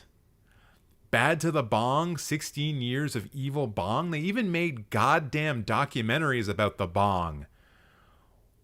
What? Yeah, the BCU is right. And I am awestruck. I don't know what the fuck this is. I don't know what I'm looking at. Doll Man versus Demonic Toys? How big is this universe? And how do I go there? What is the address? There was supposed to be an Evil Bong versus Citizen Kane, but for the obvious reasons that didn't work out. Oh my God. I don't even care if that's wrong. I don't care if you're lying to me. I'm just going to tell people that that's the fucking truth. So Knox, thank you so much. Thank you so much for introducing me to the Gingerbread Man. You know what? I'm not even going to play about this. Fuck yeah. That's watch listed for sure. That is for sure. Every Evil Bong movie is on Tubi. Oh my God. Please, please, Charles Band. Fucking see this. Everyone tweet at Charles Band, like this live stream, and let him know that we desperately need to watch his films on live so we can all just watch them and have fun. Please, someone reach out to him. And you know what, Knox? I know you said that your lists were going to be like what I was going to rip through the most, but like, this is great. This has been wonderful. I don't know what else to do. Should I make fun of you for crying about movies? You cried during Train to Busan? Gross. Gross. What, were you ugly crying at the end when, like, the father died? Spoiler warning. Sorry, everybody. Ugh. Actually, wait. Are these all Korean films? Taeguk-gi is. Hope is. John Q is obviously not. A lot of these look like Korean films. Why are you crying at Korean films in particular? I never want an old man sob ever again. Get that out of my face. Yeah, watching old people cry sucks. That's why I stopped beating them up on the weekends for fun. I love and hate how this movie forces me to deal with my own grief. I'm never going to watch that. I'm not emotionally mature enough to deal with my own grief. Why is Little Girl an amazing actor? That wasn't needed. I mean, everyone should be a good actor. Train to Busan. I wanted a scene where the businessman gets savagely ripped apart. His screams of pain would be glorious. On that, we can definitely agree. But don't worry. We're going to be able to IRL do that when we get the guillotines out. And I should add on to the end of that. Don't commit violence against the wealthy yet. We all need to agree on that time when we start taking the wealthy to the guillotines because they've so badly fucked us over in the pursuit of profits. It's not yet. It's not yet, though. Popular opinion still needs to go a little bit, few more degrees this way, and then it's hunting season. You didn't miss much, Jarb Carp. I'm mostly just talking about how we eventually are going to need to take out billionaires because they're fucking up the world while profiting off our suffering. No big deal. I hope the drunk man gets tortured for the rest of his life. Jesus Christ. I don't think Jesus Christ drank alcohol, so, you know, I think it's kind of insensitive for you to talk about JC like that. You know, he died for our sins, sober, I will add. And now you're saying, now you're hoping and you're wishing that he gets tortured for the rest of his life. Well, I got news for you, Knox. He was tortured for the rest of his life, and then he ascended to heaven and came back. By the way, I'm an evangelical Christian. What's up? What's up? Just kidding. I have so many satanic tattoos on my body. I'm fucking with you guys. Anyways, why don't we end the Roast of Nox there? Thank you so much, Knox, for your support. This was the first time I've ever seen you in the chat, and to give such a generous donation, very much accepted. I hope you enjoyed that little roast. I hope it was to your liking. If not, you cannot get your money back. This is a one-way street. Show us Black Phillip, TJ. I mean, I can try. It's on this arm, right? Oh, god damn it. Ugh. Everyone, get ready. It's the first time I'm going to stand in a live stream in like a long-ass time. Okay, up we go. There. There he is. This is a very awkward position for me to be standing in. But there's Black Phillip. Just hanging out, you know, having a good time. And back down we go. Just watch There'll Be Blood. Sick. It's a good movie. Did you miss Gingerbread Man versus Evil Bong? Oh, wait, you did miss... Oh, that's what you're saying. And Evil Bong 666. Would thou like to live deliciously? Pfft, I do, which is why I drink refreshing Diet Coke. Not sponsored. And actually, I don't drink Diet Coke. I drink, like, store brand Diet Cola. It tastes better. It has a bit of, like, a citrusy aftertaste to it, whereas this kind of just tastes like fake sugar, you know? What is Black Phillip? Well, in the movie The Witch, Black Phillip is the goat that is the stand-in for Satan. So it's kind of a low-key way of having a satanic tattoo on your body. Weirdly, I actually am an evangelical Christian. Oh, Miranda, you should not have told me that before your roast. You should not have told me that. Don't worry. One of the things that I try to focus on here with roast is like not go after people's physical appearances, which is, you know, obviously hard to do because very few people are putting their real selves on the internet aside from this guy. And I'm not going to go after people's religion because that's your own goddamn business as far as I'm concerned. I have no problem telling people about my atheistic beliefs or the fact that politically I'm almost entirely a member of the Satanic Temple, although not quite, because they're not cool with people punching Nazis, and I disagree with that stance. And I guess I should also just say out loud that I'm sure they would be kind of okay with people punching Nazis, but one of the tenets of the Satanic Temple is like, don't fuck with other people, even if you disagree with them. And you know what? I think there are some people that it's okay to fuck with. Because the things that you're disagreeing on are things like, hey, should Jewish people be allowed to exist? I think if you have that opinion, it's fine for me to punch you in the face with a baseball bat. A talking goat was funny on paper, and then it's like... Yeah. See, that's the best way about how Black Phillip was handled in The Witch, where you kept being told that, like, the goat was talking, but it never did. And then when it finally did, it was done off screen. So it was handled in the best possible way. Because if in that movie they actually showed you like a goat's mouth moving and being like, would you like to live deliciously? Like that kind of thing, that would have been terrible and bad. So I give Robert Eggers a lot of credit for having that forethought, that foresight to actually avoid a stupid thing. 69 votes for Octussi. Nice. Oh, yeah. So going on right now, the vote, you may see at the top of the chat.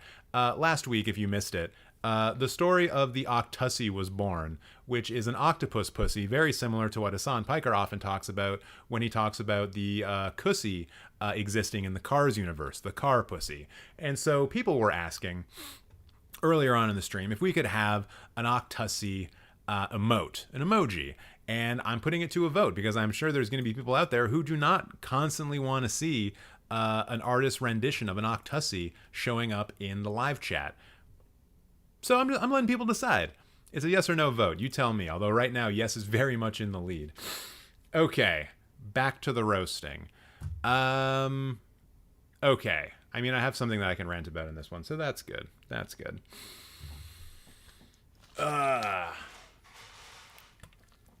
Ooh, the cat just got fed. By the way, if you're new here, I have a big black cat, and he's eating right now. He'll probably show up on the stream a little bit later. But until then, until that brave soldier shows up here and shows us his big old belly on the internet, it's time for the roast of MirandaNReed. And my God, Miranda, I really, truly hope that is not your real name. Not to say that anyone in here is going to dox you, but I just have a big problem with people who put their whole ass real names on the internet. Do I do that? No. Absolutely not. Why do you think so many Twitch streamers and the really famous people on this site go by pseudonyms? You don't want people on the internet to know who you are. Speaking of people on the internet, by the way, interesting how in your bio you say, yes, some females do have great taste in film, which, because of the wording, actually makes me think you're a guy. And not only a guy, but an incel. Because you know what I'm sadly starting to see in my own comments from time to time, because I do go on these politically leftist rants from time to time? Fucking incels showing up and letting me know about the things that females, quote unquote, are really into and how they really present themselves. And so when I see that word, I just think to myself, can we please call them women? Call them women. Unless you're doing a weird thing where you actually are a woman and you're using females in this way as a way of taking it back. You're taking back the word females from the fucking basement dwellers who sweat a lot and eat Cheetos and get Cheeto dust on their dick because they're probably never going to see a real naked woman in their entire goddamn lives. I want you all to picture that right now. Someone's erect penis with Cheeto dust on it. Disgusting. Also, you're from London, which is, not great. Not great. Actually, I'm going to ask you live right now, who do you cheer for? Who do you cheer for, Miranda? Who's your team? Chelsea? Arsenal? Tottenham? I hope it's not Tottenham. Brentford? Brentford would be cool. What's your team? What's your team? We got a couple of soccer fans in here. So let's see what's up. And in the meantime, I'm going to go down to reason number 2 why I think this might be an incel account, actually. Your favorite films are Lord of the Rings, Return of the King, Hook, American Beauty, and Seven. And ooh, those could be the films of an incel, I think. For Hook, I think the reasons are obvious. It's a film where the woman is like totally into Peter Pan, but is also tiny and subservient for the most part. So, of course, as an incel, that's the film you're going to be into. Also, there's like virtually no women in that film otherwise. So, yeah, makes sense. Also, American Beauty, if we're going to just keep going on this incel front, has a character who's a closeted homosexual that collects Nazi memorabilia. Sounds like something an incel might be into. And then when we come to Seven, maybe, as an incel, you really identify with the killer of the film, especially the part where he cuts off a pregnant woman's head and puts it in a box. Everyone in the chat, say what's in the box. You know you want to. You have my permission. And then there is the incel classic, Lord of the... I can't even say that seriously. Lord of the Rings, man. It's good stuff. Wait, did we get an answer on team support? Miranda's a Liverpool fan? Oh no. Because so am I. You just made this roast even harder. My granddad was best mates with John Lennon, so it runs in the family to like Liverpool. Hell yeah. That's dope. All right, what else can we see on this profile to roast? Because I want to give you your money's worth, your due. No, Jarp Carp, not Jack in the Box. What's in the box? It was a very simple task. Let's take a look at the list. Let's see if we got any fun things going on in the lists. I love how you let us know that you're ranking Benedict Cumberbatch movies on performance. It's kind of implied. L in Liverpool for a reason. Oh, really, Michael? Oh, really? Who's the only team that has beaten Man City to the Premier League title in the last 5 years? Who won 2 trophies last year, Michael? Huh? FA Cup League champions? Oh, and didn't we also make it to the Champions League final? Ooh. Hey, when's the last time Man City won a Champions League? You know what? Maybe you're a United fan. I'm just going to leave you alone because you're dealing with enough disappointment these days. Why don't we just move on here? Don't try to distract me with Liverpool things. Spielberg movies ranked. Ooh. Hook is number 1? Yo, I'm pretty sure Rocco is taking a shit specifically because you have Hook as number 1. And let me just confirm with him. Hey, you take a shit? Yeah, he took a shit. He took a shit because you have hook as number one. And you know what? I'm okay if that's the second time I've ever used that joke, because I think it's very appropriate in this sense. Also, like, I like Duel. I think Duel is a pretty cool film. It's an early Spielberg film, and I recommend everyone go see it. I think it was actually a made-for-TV film that, like, actually rules. So it's weird in that way. But it's not better than Jurassic Park, Jaws, Saving Private Ryan, and E.T. Actually, you know what? I would probably prefer to watch Duel over E.T. again, and maybe Saving Private Ryan as well, because that's kind of a movie you really only need to see like once or twice. But to put Duel over Jurassic Park and Jaws, I'm sorry, Miranda. I'm sorry. Actually, I'm not. That's wrong. That's wrong. That's a totally wrong thing. I think I sounded like Alex Jones there for a second. It's actually in reverse order. No, it's not. BFG wouldn't be number one. Are you kidding? BFG, Warhorse, E.T., and then you got Raiders of the Lost Ark right way down at the bottom? That doesn't make any sense either. Jaws at 7 is going to put me in the ER. Hey, everyone. Stick with me. No one's going to ER tonight, except for maybe me, if I, like, overdose on Diet Coke, because that's always a possibility. Movies where Efren Khan says Richard Parker? What? No fucking way. He does this in both films? That's actually kind of cool. That's a good list. I like that list. Ooh, all-time favorites. I guess that's really the one we should be watching. Wait, movies to watch with Lychee. Who the fuck is Lychee? Should we know who Lychee is? Is that like a slang term that I don't know? What happens if I look for this in Urban Dictionary? Will I get myself canceled? Because, you know, I'm desperately trying to get myself canceled. What? No, what is that? What is that shit? I don't even know how to use the internet anymore. Urban Dictionary. What? No. What? Take me to the site I want. What is this Journeys nonsense? The act of being overly dorky and clingy. Wait, how does that apply to this then? Nope, that's the next person. Movies to watch with Lychee. So is this someone that you are, like, clingy with? These are films that you watch with Bay, perhaps? These are on the rotation for the rotation when they come over. Am I reading that correctly? Because if so, why are you watching Return to Oz? Like, is this what gets you in the mood? Is this what gets you going? Gets you going, Miranda? Honestly, I had no idea this was directed by Walter Murch, which is kind of cool. But, like, is this a sexy movie? Is Return to Oz a sexy movie in your opinion? Like, look at the Scarecrow. Look at that bulging-eyed monstrosity right there. And that is sexy.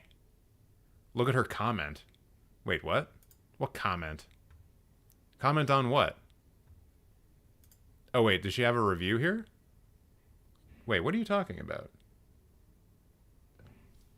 It's probably... Oh, it is my friend. Okay, sorry. When I read "it is my friend," I put a comma in there. I thought you were saying "it is my friend," like you were saying that I was your friend, and you were confessing to me that this is the movie. This is a movie like that you get down with. And I just fucking looked at this pathetic excuse of a cowardly lion with his bow all tied up. How did they do this? Because, like this Dorothy is younger. This Dorothy is younger than in the original. Did she time travel? I mean, I guess there's probably less improbable things going on in the Oz stories than that. But geez Louise. Okay, so these are the films that you watch with your friend Lecce, who I guess isn't into the original Naked Gun. That doesn't make any goddamn sense. It's more book accurate. Who cares? Is anyone really turning on Return to Oz because they're like, oh, the classic film from like 1938? Really hate how they took liberties with the source material on that one. I don't think that sentence has ever. How can it be a prequel if it's called Return to Oz? In order to return somewhere, you must have been there at one point in time, you know? I can't return to Shanghai because I've never fucking been to Shanghai. All right. What else is going on here? Oliver. A lot of Beatles stuff here. So Liverpool, am I right? All-time favorites. All right, we're going to take a look at this one. Although I feel like there's not going to be much here because this is all just subjective opinion, and I feel like maybe there's going to be something here that I can get mad at, like Spider-Man 2 being higher than Monty Python and the Holy Grail. But, you know, I just came from a time period when it was totally acceptable for people to yell out things like inconceivable while they were in high school. And yes, I know that's from a different movie. Don't at me. Although, you know, get in the chat. Keep the chat rate up. And like this live stream if you haven't already. Thank you very much. But only if you're having a good time. If you're having a bad time, you should probably leave. What else we got going on here? Clue is dope. I like Clue. The Untouchables? Man. There should be an entire list of movies where, what's his name? Sean Connery has absolutely atrocious accents. Or really, sorry, no. The list would be films where Sean Connery is playing someone other than a Scottish person, but he still sounds super fucking Scottish. That should be a list. And The Untouchables is one of them. I'm having a good time, says Jack. Hell yeah. I don't know. I thought I saw somewhere on YouTube that it was a prequel. But how? Up the Toffees? Get out of here, Anna. You traitor. Also, The Thing is better than Mrs. Doubtfire and X-Men First Class. That's it. That's all I got here. All right, let's take a look. Let's take a look at the films. Let's take a look at the films. Why can't I super chat? Do you have like a payment thing set up with YouTube? Because that's probably something that you need. What do we got going on here at the bottom end? New Dumbo, Scooby-Doo 2, Ants, Bad Moms. Yeah, ooh, Booksmart at half a star. Yo, I know a couple of people who probably want to like punch you in the face right now. Not me though. Not me. Also, my God, Captain Marvel at a 1 star right beside The Last Jedi. It's like you guys are all like just carbon copies of one another with just like the faintest difference, you know? It's like if I were to line every single person up and I had to tell you apart, I would have to like dig deep down into your scalp and pull apart like individual strands of hair to find one that was slightly discolored. Can we stop with this Last Jedi Captain Marvel nonsense being a 1 star? Come on. Come on. Spirited at half star though. That's true. That's very true. Glass Onion at 1 star. That's a little ridiculous. Yo, The Last Seduction at 1 star? No. I will push back on that a lot. That is a wonderful neo-noir film. A wonderful neo-noir film. And it's sexy. Maybe you could watch it with Lecce, who's clingy, according to Urban Dictionary. Original Puss in Boots at 1 star? It's a bit low. You know, for someone who's a big Beatles fan, putting Yesterday down at 1 star, that seems kind of weird. You reviewed it. Wait, which one did you review? Never seen Bookmark, says Ella. You should. It's a good one. Where the Wild Things Are at 1 star is a crime against humanity. Considering what Russia's doing in Ukraine right now, that's quite the statement. Last Seduction. What did you say about it? I hate how it doesn't pop up, like, immediately. I don't see your review, Miranda. I don't know why it doesn't allow me to do that or see that. That's too bad. Maybe you reviewed it on another account where you're not trying to hide the fact that you're an incel. Got him. What do we got going here at the top end? Prisoners, Lord of the Rings. You know, it's just stuff. I think Hook at 5 stars above, like, or like on the same level as The Thing and The Shining. That's the kind of thing that I would put on this profile when I was like 13, because I used to love Hook. I had Hook on VHS forever, and I don't think I ever owned it on any other medium. Actually, it was only a VHS movie for me. I also like how you have both versions of Frankenstein here, the National Theater Live. Because they swapped, right? Benedict Cumberbatch and the other guy, they swapped roles every now and again. I'm cultured. I know what's going on. Rosemary's Baby. Polanski. LOTR ranking, TJ. Twin Towers is number 1. Excuse me, not Twin Towers. The Two Towers. I was talking about 9/11 earlier and it just slipped out. Two Towers number 1. Fellowship 2. Return of the King 3. And then I guess the Hobbit movies probably in that order. The order that they came out after that. Let's see here. Yeah, I don't know. I'm not seeing a lot of things that I can hate here. Actually, for a lot of these, I'm counting on you guys to actually like find the things that are like weird and crazy. Sherlock, the Rickenback. Wait, what the fuck is this? Oh, it's Sherlock the TV show, but it's a movie. Gotcha. And in terms of like slips that I could make while talking, that Twin Towers one, it's not bad. It's not the worst thing that could have happened to me. So, I think that's the roast of Miranda. I think I did as good as a job as I could have. I'm just going to pat myself on the back. Wait, no, I forgot one thing. Good for you for having the creature from the Black Lagoon as your icon. Good for you. I know that's not a roast, but you know what? Horror icons from the 50s need more love, and the creature from the Black Lagoon is wonderful. It's a wonderful movie. Everyone should go watch it. Great underwater cinematography. Thank you. That was enjoyable. Good. Well, let me send a message with Super Chat.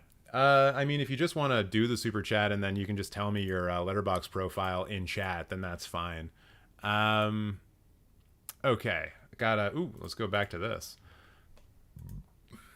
Let me know, everyone in chat, what is your Lord of the Rings rankings? Let's get that information out there so we can all judge each other. Oh, Sam, you're next, and I know what I'm going to start with, and it's going to be kind of a trolly thing more than anything else. I just know the creature from the Black Lagoon gets all the Octussy. Dude, no one gets more Octussy than the creature from the Black Lagoon. Like, number one, player in the swamp, fucking in the Amazon jungle, fucking under the ocean in the Amazon jungle. Guy gets all the Octussy. All of it. No doubt.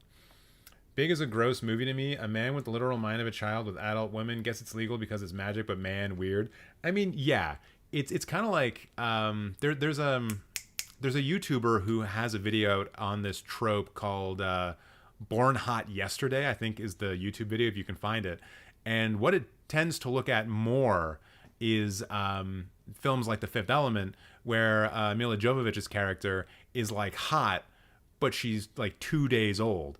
So she is seen as being like this sexual object, but has like the mental capacity of a 2-year-old. And then eventually, she like is really smart and whatever. And like she does learn languages and whatnot, but like she has the emotional maturity of someone who's only like 2 years old. And obviously that's problematic in a lot of different ways. It kind of just shows you that when it comes to the male gaze, the only thing they're interested in is like tits, ass, and can they play ball, right? And so in the case of The Fifth Element specifically, the answer to all three of those questions is yes. And we get visual confirmation of all of that. So the fact that she was born like 2 days ago doesn't matter for any of the male characters at all, which is weird and strange.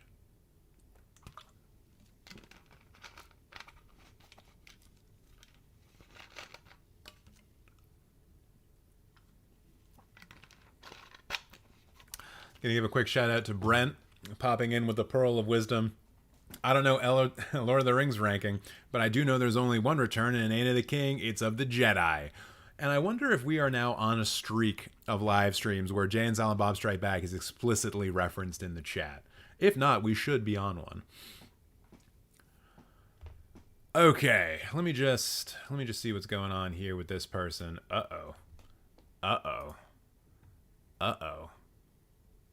Wait, what is this? I need to look at this thing. Because, Sam, I'm looking at your profile right now, Sam, and I'm trying to think to myself, oh no, is it actually a thing from that other thing? Oh no, Sam. Oh, you've walked right into my trap. It's too easy. Sometimes it's too easy. Sometimes it's just too easy. Okay. I see you saying no.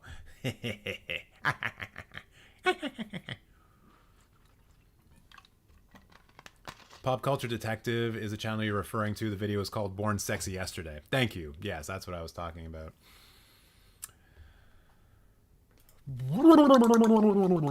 What's my favorite Western? Once Upon a Time in the West. Although I feel like in order to properly enjoy it, you need to watch a lot of Westerns beforehand. Anywho, that laugh has me terrified. Good. Good. If I'm not in a position where I'm terrifying the people watching this, then why would you believe the roasting? Speaking of which, it's time for the roasting of Sam. And you know what I gotta say about Sam? You know what good things I gotta say about Sam? Not a goddamn thing. And don't think that I'm gonna let you off easy because you have exactly 666 followers, Sam. Don't think that's a get out of jail free card, because once again, hey, guess what? People in the chat, they're gonna follow you now. They're going to follow you. We didn't actually go back and look at Nox's profile to see if they actually had some followers. But you know what you got, Sam, now? More than 666 followers, probably. So you are no longer cool. And you know what was my first indication about that, Sam? How I first realized that maybe you weren't cool. And no, it wasn't the fact that your bio says you're a freshman in high school. No, it's the fact that you're a freshman in high school who has their location set as the basement of Lou's Tavern. And I will admit, I had to look that up, because it's also very possible that you're from some tiny fucking town in the middle of nowhere, USA, and maybe the basement of Lou's Tavern is a local joke, and it's a fun thing that you and your friends kind of talk about while you're awkwardly sitting at lunch tables and trying to hide your erections. But no, Sam, it's actually the place where fight clubs happen in the movie Fight Club. So not only are you a freshman in high school, but you're trying to be an edgy freshman in high school with the fucking movie that defined stupidity for a generation of cinephiles. To a T, Sam. If in the early 2000s you said this following sentence out loud, Fight Club is my favorite movie, people knew to not talk to you ever again. No singular film has been misunderstood more than Fight Club. You want to know how I know that, Sam? Because I was in high school when Fight Club was popular. Do you know what people did in the change rooms, Sam, after Fight Club came out? They had fight clubs. And guess what? You weren't allowed to talk about fight clubs. Great. Wonderful. Please don't do fight clubs in high school, Sam. I would appreciate that a lot. Beyond that, beyond that very light intro, we have your top 4 favorite films. Reanimator, mid-90s, The Thing, and The Truman Show. And I've already talked about The Thing. You know I'm never going to say a bad thing about it. I think it's kind of interesting here how you have mid-90s as one of your favorite films, because, like, aren't you exactly that old? Like, the people, you wouldn't even be able to really be or, like, connect with the people in this film, because you would have been, like, a little person. Actually, no, wait. If you were born in the mid-90s, no. You would be much older than that. I don't know. I don't even know what's going on anymore. Have I lost all grip with reality? It's possible. I am talking into a camera, and there are words coming up on a chat, and I think they're real people, but, like, how do I know that for sure? Am I in the Matrix? Oh my God. I think I just woke up. Just kidding. Those are things that an Andrew Tate follower would say, and I'm definitely not one of those. I could have done a Truman Show bit. I'm sorry. I'm so sorry, everybody. I feel like I'm failing you right now. I should have done a Truman Show bit instead of a Matrix bit. Oh, well. You're right. I'm a figment of your imagination. God damn it, Liam. Although, honestly, I always fucking suspected that out of you. You always seem like someone who's a figment of my imagination. And then, Sam, we look at the rest of your profile. Let's go through the bio. I already outed you as a freshman in high school, which you did yourself. Disclaimer: ratings may change when I review films, meaning I've rewatched them. Thank you for pointing out to us that you have the ability to change your mind on things. What a sad state of affairs that we live in, where that's something that people need to clarify instead of just being an assumed fact. Favorite directors, Edgar Wright and Robert Eggers. Huh, Sam, that's an interesting statement to be saying when films by Edgar Wright and Robert Eggers are nowhere in your favorite films. You're trying to get some of that beautiful, beautiful cinephile stolen valor that I talk about occasionally, Sam? I think you might be. Where's The Lighthouse? Huh? Where's The Lighthouse in your top 4? Where's The Witch? Where are they? Where's Hot Fuzz, Sam, in your top 4? What about Shaun of the Dead? Where are they at? I don't see them. I see Reanimator mid-90s, The Thing, in The Truman Show, but I don't see an Edgar Wright or a Robert Eggers film, Sam. I don't see them. Maybe they were just not available in Lou's Tavern, and you have to go back and rent them at some other time. Oh, wait, no, I forgot. That's a place where people have fight clubs in the basement. God damn it. Let's move on to the lists. Lobster. I love Trent Reznor's scene in mid-90s. What was his scene in mid-90s? I don't remember that. And you think I would. I really like Nine Inch Nails. Spider-Man's dad and Spider-Man are both named Dick Parker. What? That doesn't make any sense. Dick is not a stand-in. What? Oh, I love Trent Reznor's score in mid-90s. Right. Hold on, what is this Dick Parker thing? Because Spider-Man's name is Peter Parker, and Peter is not a pseudonym for Dick. Richard is a pseudonym for Dick, right? So, is there humor here that I'm just not getting? Anyway, Spider-Man movies ranked, I guess. Into the Spider-Verse should be number 1. We all know this. We all know that to be true. Although Spider-Man 2 probably would be 2 or 3 for me, so your top 3 is pretty much correct. No Way Home I would knock down pretty low, honestly. I think I prefer Homecoming, certainly. Far From Home, it's pretty mid. Amazing Spider-Man 2, throw them in a dumpster fire. Spider-Man 3 is kind of funny, but in the wrong ways. So, not the worst. Richard, nickname is Dick, and Peter is another word for Dick. Peter is not another word for Dick. It isn't. Like who, okay, hands up in the chat. Have you ever, if you have one, if you are a penis haver, have you ever referred to your dick as Peter? I have not. What are you talking about? What? Okay, Jack has never referred to his dick as Peter. What? How? Fuck that. No. I'm going to Google this, and it's going to fuck up my, ads for a long time. But is Peter another word for a penis? What? No fucking way. What? When did that happen? When did Peter become a pseudonym for Dick? Why is it? There's some here like Willie. Wait, Thomas? No. This is... Yeah, okay, hold on. We're gonna get some education here. And I think I could probably show this on the internet. This is probably fine. When did the term Peter come to mean a penis? Going to the absolute experts on Quora? I don't know how you pronounce that word. It is one of a number of typically male names which have been used to refer to the penis, and like all of them, it has no date of first use. I first heard it thus used in the early 1960s, but the person so using it, my God, I hate this person and how they construct sentences, was a generation older than me and was probably using it at least World War II. What?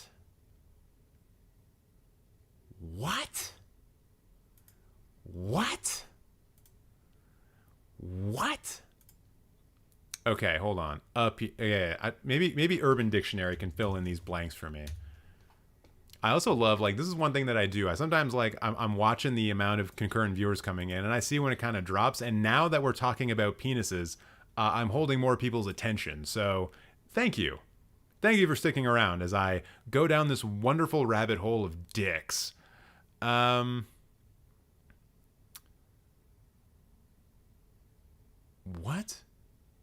Okay, this doesn't make any sense. Have you guys ever looked at the Urban Dictionary entry for Peter? This kid is fucking hilarious. He laughs at the most random shit, but yet when important things need to be said, he's the first person to talk. Has unlimited amounts of energy even when functioning on less than 3 hours of sleep. This apparently is like a description of all Peters. It's like astrology, but people's names. And apparently these are things that Peter has said at one point in time. Awake from a deep sleep and say, no, save the children. Just kidding. Fuck the children. Also, they said, then we'll be completely out of it for the rest of the night on his air mattress, snuggling his stuffed Pusheen cat. Peter, guess who will be our next president? Me, who? Peter, Richard Boxman. What the fuck? A guy who suffered in great pain. Peter's the most amazing guy ever. What? Guy who's caring and sweet. Usually a really cute guy. What the fucking hell? I need to know more about this. Because I never in my life, and I've had a longer one than I think most people in this chat, have I ever heard Peter be used as a pseudonym for a penis. Never. Dick? Sure. Obviously. That one's pretty standard. Willie? Of course. It's a silly name for a silly organ. But like, Peter. What's the connection? I can't believe you've gone your whole life and never heard that. And partially it's your fault. Because we've been friends for 3 decades. And you've never said it to me. So, glass houses and stones and things. That's not applicable here. All right, we should probably get back to the actual roast here instead of talking about how I don't know anything about slang terms for dicks. Movies that make me laugh but aren't comedies. Oh, this should be good. Yo, Misery makes you laugh? That's a red flag. Maybe don't put that one on when you're Netflix and chilling, Sam. Maybe don't have that one on the Netflix and chill playlist. Don't ever look at someone and say, hey, I've got a really funny movie that the two of us should watch, and then put on Misery. Don't do that. Just don't do that. From me to you, I would like to give you advice. Please don't do that. Please, please, please do not do that. And so now I guess we'll just end off this roast of Sam by seeing what a freshman in high school thinks about modern cinema. Hey, Dark Phoenix with 1 star. Looks like someone here's on the right track. Only 1 half-star movie, though, and it's old. But this is pretty standard stuff. I mean, 2 stars for Top Gun is obviously incorrect. It's in my top 4, so clearly it's a 4.5 to 5-star film, like, without even a mention, without even a doubt. Also, Rise of Skywalker, more than half-star? No, Sam, no. But you'll understand when you're older. It's fine. What else is going on here?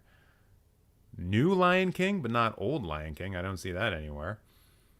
Also, it looks like you're pretty generous with your ratings. Like, we're only on page 1 and we're already up to 3.5 stars. Like, we're already at the 7 out of 10, Sam. And we're 1 page in. That doesn't bode well. Wait, you have The Last Jedi and Rise of Skywalker on the same level? I don't understand the youth. I do not understand the youth. It doesn't make any sense to me. I feel like I'm completely out of touch. I'm going to start asking people like, hey, what's a TikTok? Like, that's a question that I'm about to start just asking people on the street. Yo, Sleepaway Camp at 5 stars? Bold. And I do not agree, but that's wild. Also not a very good Netflix and chill movie. Although maybe actually it would be. It would be. Interesting. We also got School of Rock up here. Creep. I mean, The Witch. That's good. Yo, The Original Invisible Man. Nice. 1933. It's not often you'll see a high schooler with a movie from the 30s at a 5 star. Not bad, kid. Not bad. Fight Club at 5 stars. Are we surprised? Like, honestly, no. Honestly, no. Like, at all. Of course it would be. There's no way. There's no way that you are putting your location as at Lou's Tavern and you don't have Fight Club in your as a 5 star. Like, it wouldn't happen that way. It wouldn't happen at all. I mean, I think it's kind of. I mean, it's wrong. This is wrong. Here's a wrong thing that I found. Batman versus Superman: Dawn of Justice. No. 4.5. No. Same level as Texas Chainsaw Massacre original. No, not at all. Not in the slightest little bit. Throw that into the fire. Get that dumpster garbage out of here. Although for a lot of these other ones, I can kind of see where you're coming from. Except for the very first Guardians of the Galaxy, I do not think it's that high up. But you got like The Thing and The Shining and Fargo 5 stars. You know, good shit that you like to see. Little bit iffy. Putting Zack Snyder's Justice League on 5 stars. A little bit of a red flag, although not more than Fight Club is a red flag. So maybe it's not that bad after all. Not bad, kid. Don't get cocky. I get that reference. Carrie W. There is the animated Lion King. Oh, he's got it up top. Yeah, I guess that's always like the inversion, right? I guess that's always the inversion that people have. Like, new Lion King sucks because old Lion King is just like legitimately better. It's like that comparison you just make immediately between an original and a remake. If the remake doesn't come anywhere close, it's automatically like a 0. So fuck that. My dad is a film studies major. So is your dad in university right now? Because when I was a film studies major, I was like 18. Was your dad 5 when you were born? That's fucked. No, yeah, I know. I'm kidding, man. But no, that's cool. That's cool. This actually gives me a kind of a window into what my child that I will never ever have would be into as a youth, which is interesting. It's interesting. I mean, you know, still naive, but going in the right direction. So that's good. Yeah. Aladdin original is one of my top 4 films, and I thought the remake was fantastic. Okay. I was about to say, like, I've already roasted you, so keep your goddamn opinions to yourself. But no. Everyone who has been roasted, please continue to be in the chat all the time, forever and ever. I'm going to cast a spell on all of you, so you always have to show up. So there you go, Sam.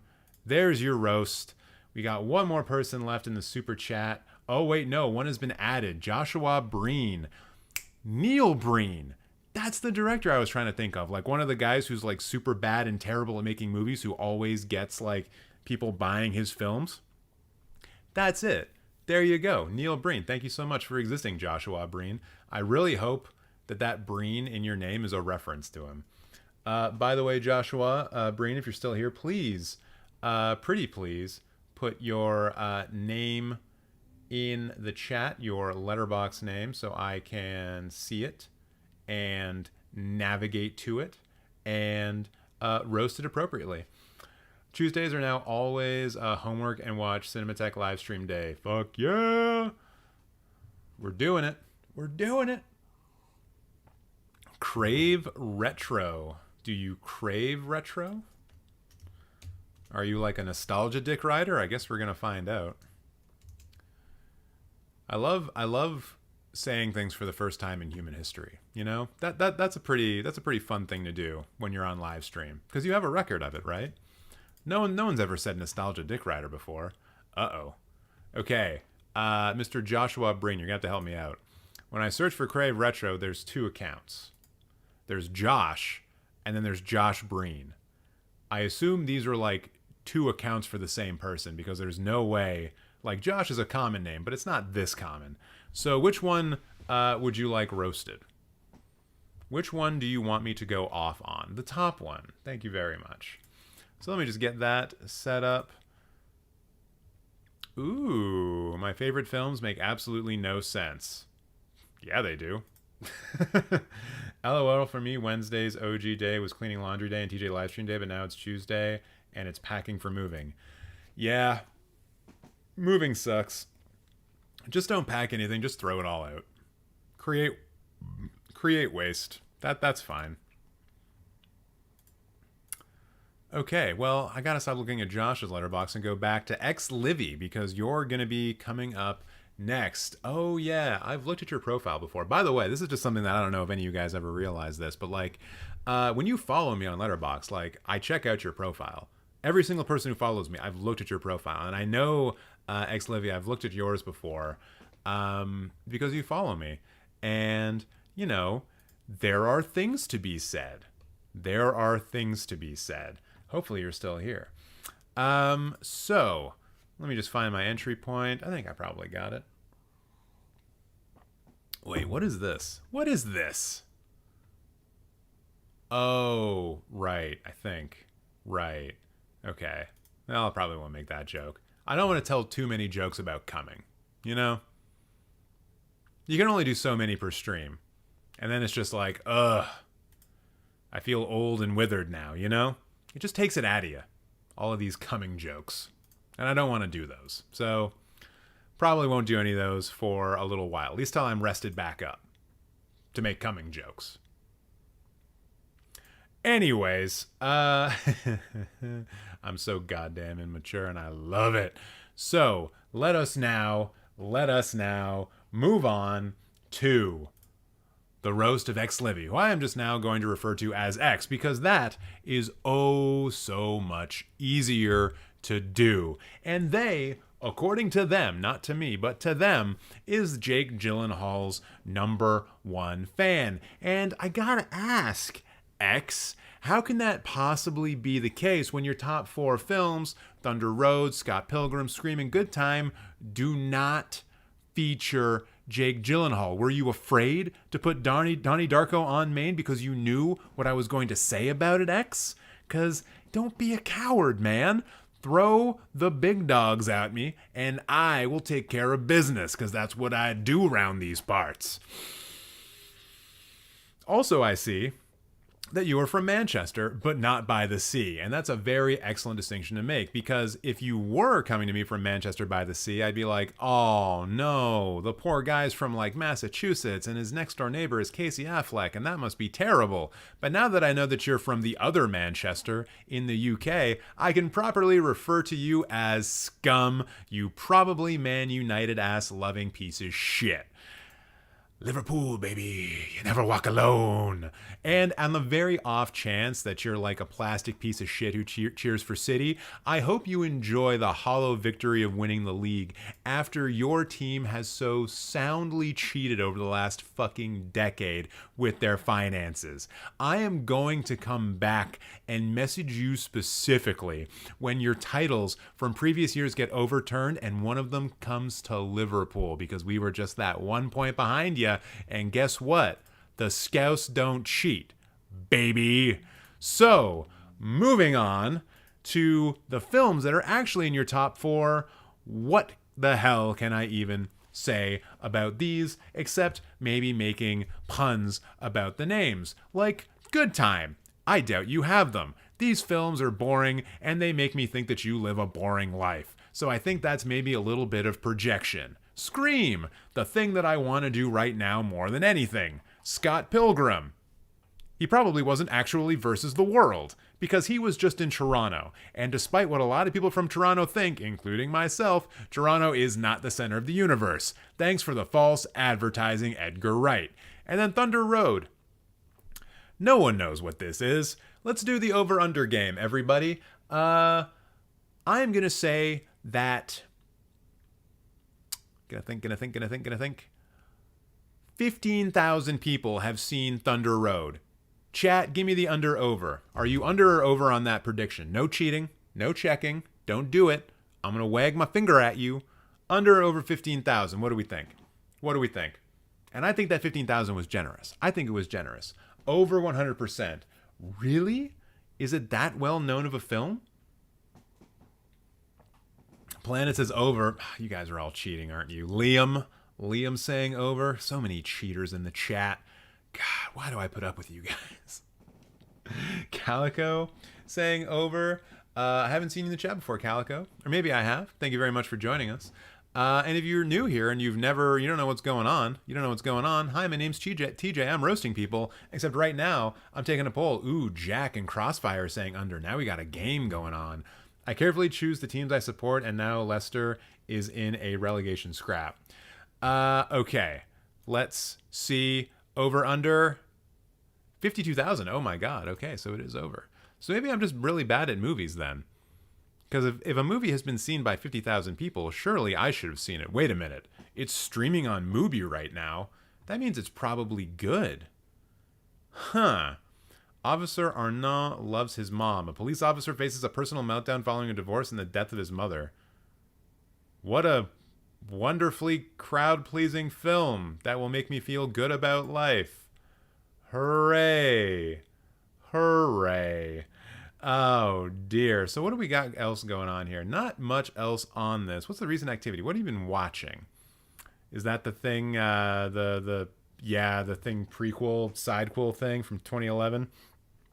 You're being a bit generous with that 3. Puss in Boots Last Switch at 5 stars. I get it. I'm not going to say I disagree.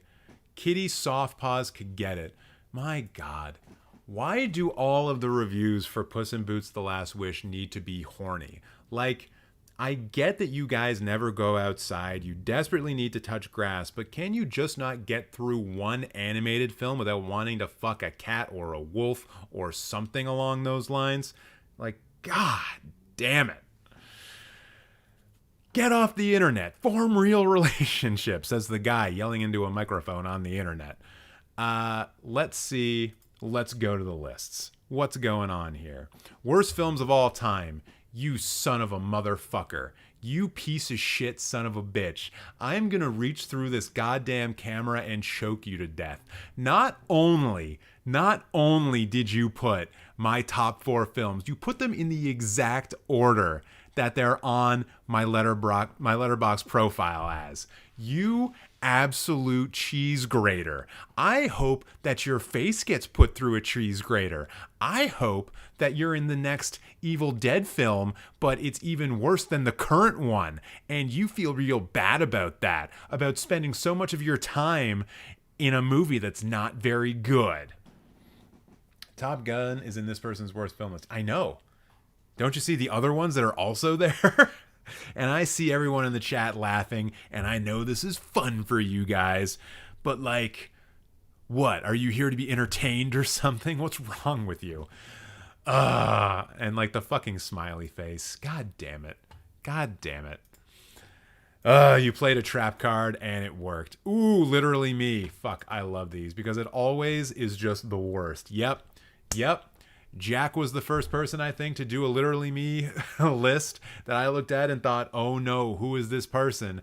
And here we go. We're in for round 2. So, I mean, the first one, it's easy.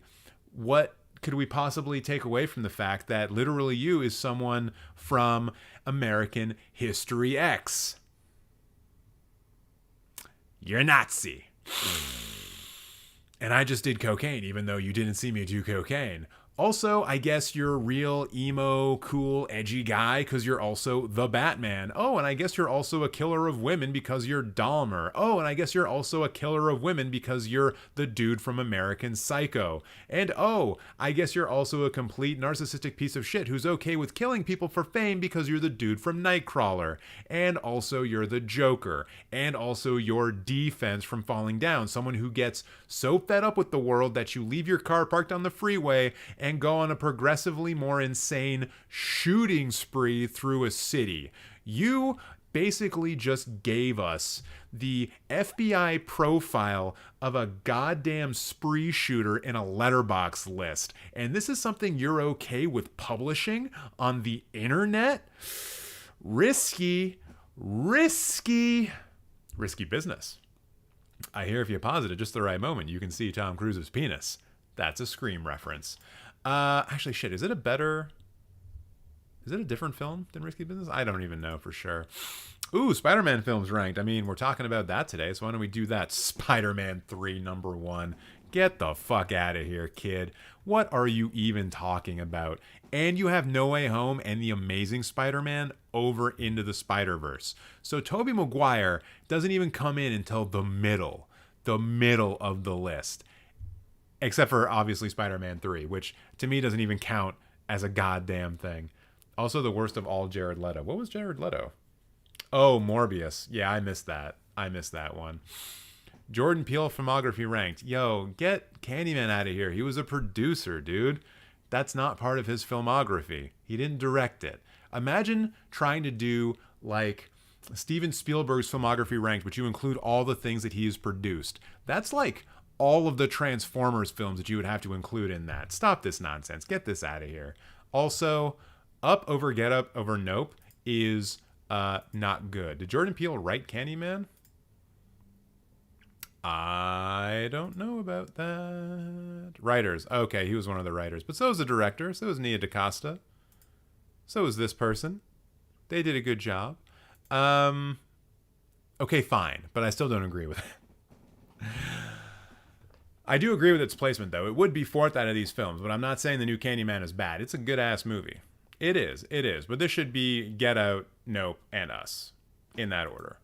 And maybe even Candyman is better than Us. Maybe. Films with a really sexy police bunnies? Oh, is it Zootopia? Hooray! Hooray! Hooray! A furry! We found another furry on the internet. We completed the impossible task. It's like finding a shiny Pokemon. I'm so happy that we were able to discover a furry on the internet. I feel like I've really accomplished something today, something that was really hard to do. Thank you so much for allowing me to complete this very difficult task of finding a furry on the internet. God damn it. We're going to do this one real quick. What do we got here on the bottom end? Cats as the only half-star film. You know what? You're not wrong. I feel like I'm the last one to see Nope. Yeah, you might be. It's real good. You should check it out.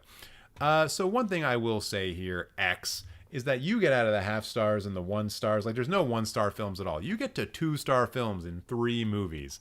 Bit of a red flag. Also, The Lighthouse and Everything Everywhere All at Once at 3 stars. In the case of The Lighthouse, do you not give a shit about, like, narrative inventiveness, performances, cinematography, and basically everything else? Like, what? Come on now. Come on. They built a $150,000 lens to put in that lighthouse. They had to rebuild it from scratch. You know what they would have done if it was a Marvel movie? Had a couple of people get worked overtime to create a digital version of it because they don't care about that kind of shit. Also, Green Room, perhaps the best movie ever to feature the song Nazi Punks Fuck Off. If you can think of another one, please let me know. But I think that's the only film that I can think of that even has that in it. Great song. Nazi Punks Fuck Off. Dead Kennedys, baby. Anna, I'm trying to super chat so you can roast my list, but it ain't working. The other person said they were having the same problem. Maybe just don't try putting in your name. Like, don't try to do like a chat. Just do something else. What else we got going on here? Terrifier and Bones and All. Yeah, those are definitely films that are on the same level. Yep. Moon and the Thing sidequel. Yep. Totally, for sure, on the same level. No question about it. And they're all just as good as Sausage Party. No doubt. And I think we can all agree that Hereditary is only 1/2 star better than Sausage Party. Yep. Very true things. Very true things that are real and correct. Whew, I'm just turning into a saucy bitch at this point. My God. All right, top end of the spectrum. Oh, no. Avengers Infinity War. 5 stars. Also super cool that you're like very American and decided that Patriots Day should be a 5-star film. What the heck? Although maybe you're just putting all movies that have like Trent Reznor scores, Trent Reznor and Atticus Ross, in the top 5, because I also see Gone Girl with a 5-star. So maybe that's what's going on here, although I can't be sure. Also, 3 billboards outside Ebbing, Missouri. Dude, just propaganda. It's just propaganda. Like, why? Oh, I'm going to sink into a cesspool or something like that. That doesn't even make sense. Game Night, 4.5 stars, though. That's accurate. Click? The Adam Sandler movie where you can fast forward and pause reality. 4.5 stars. That means it's better than The Lighthouse. I don't care if that makes me sound like a goddamn film snob, because I'm correct. I'm just correct on this. Lighthouse, 1,000 million times better than Click. What? No way. No way. Oh, X, no. Oh, X, no. By the way, there was one other thing that I was going to do with your profile that I forgot to right at the very beginning. Is this Kim Kardashian in your profile picture? What kind of energy you putting out here, X, as a cinephile? Like, if I'm supposed to get a bit of a gauge about what's going on with X, what is this meant to convey to me? That you enjoy films where sex tapes are employed? Is that it?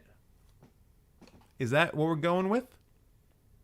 Or maybe you're just letting everyone know that your brain has been rotted by so much reality TV that we shouldn't care about any of your opinions. That seems to be the most likely thing to me. Boo. I ranked them 90% on enjoyment. What? You didn't enjoy? What was it? The Lighthouse. You didn't enjoy Willem Dafoe, like, one taking absolutely ridiculous monologues of insane information? Like, you didn't enjoy that? I guess we just enjoy different things. All right, X, that's your roast. I hope you enjoyed it.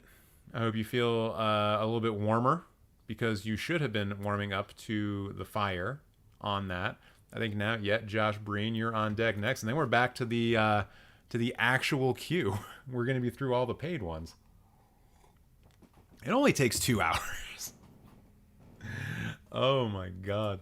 My problem is with the card. It'll take the bank 7 days max to get it done. Well,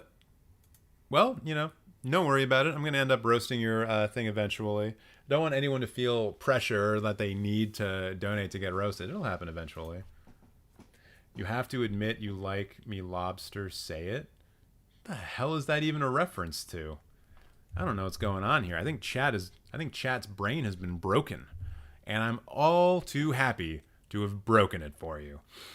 So I'm just going to take not even a break, but just a quick reminder here. Oh, The Lighthouse. Yeah, okay, I saw it once, guys. I'm not going to be able to remember every single line of dialogue in a dialogue-heavy film.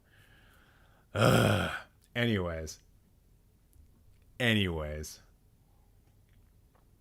Don't come for me, chat. Don't come for me. I'm watching movies I've never seen before and that you've never heard of, so I can be entertaining. So don't come for me, chat. But I'm just going to take a quick second to remind everybody that if you do want to get more involved in this community, check out the Discord link below. Also, if you're looking for ways to support the channel membership is a good way of doing it. There's also a Patreon account where if you subscribe at the highest tier, you get access to an exclusive live stream every month where I rank every single film that I watched in the previous month. That's a lot of fun. People here in the chat can tell you all about that.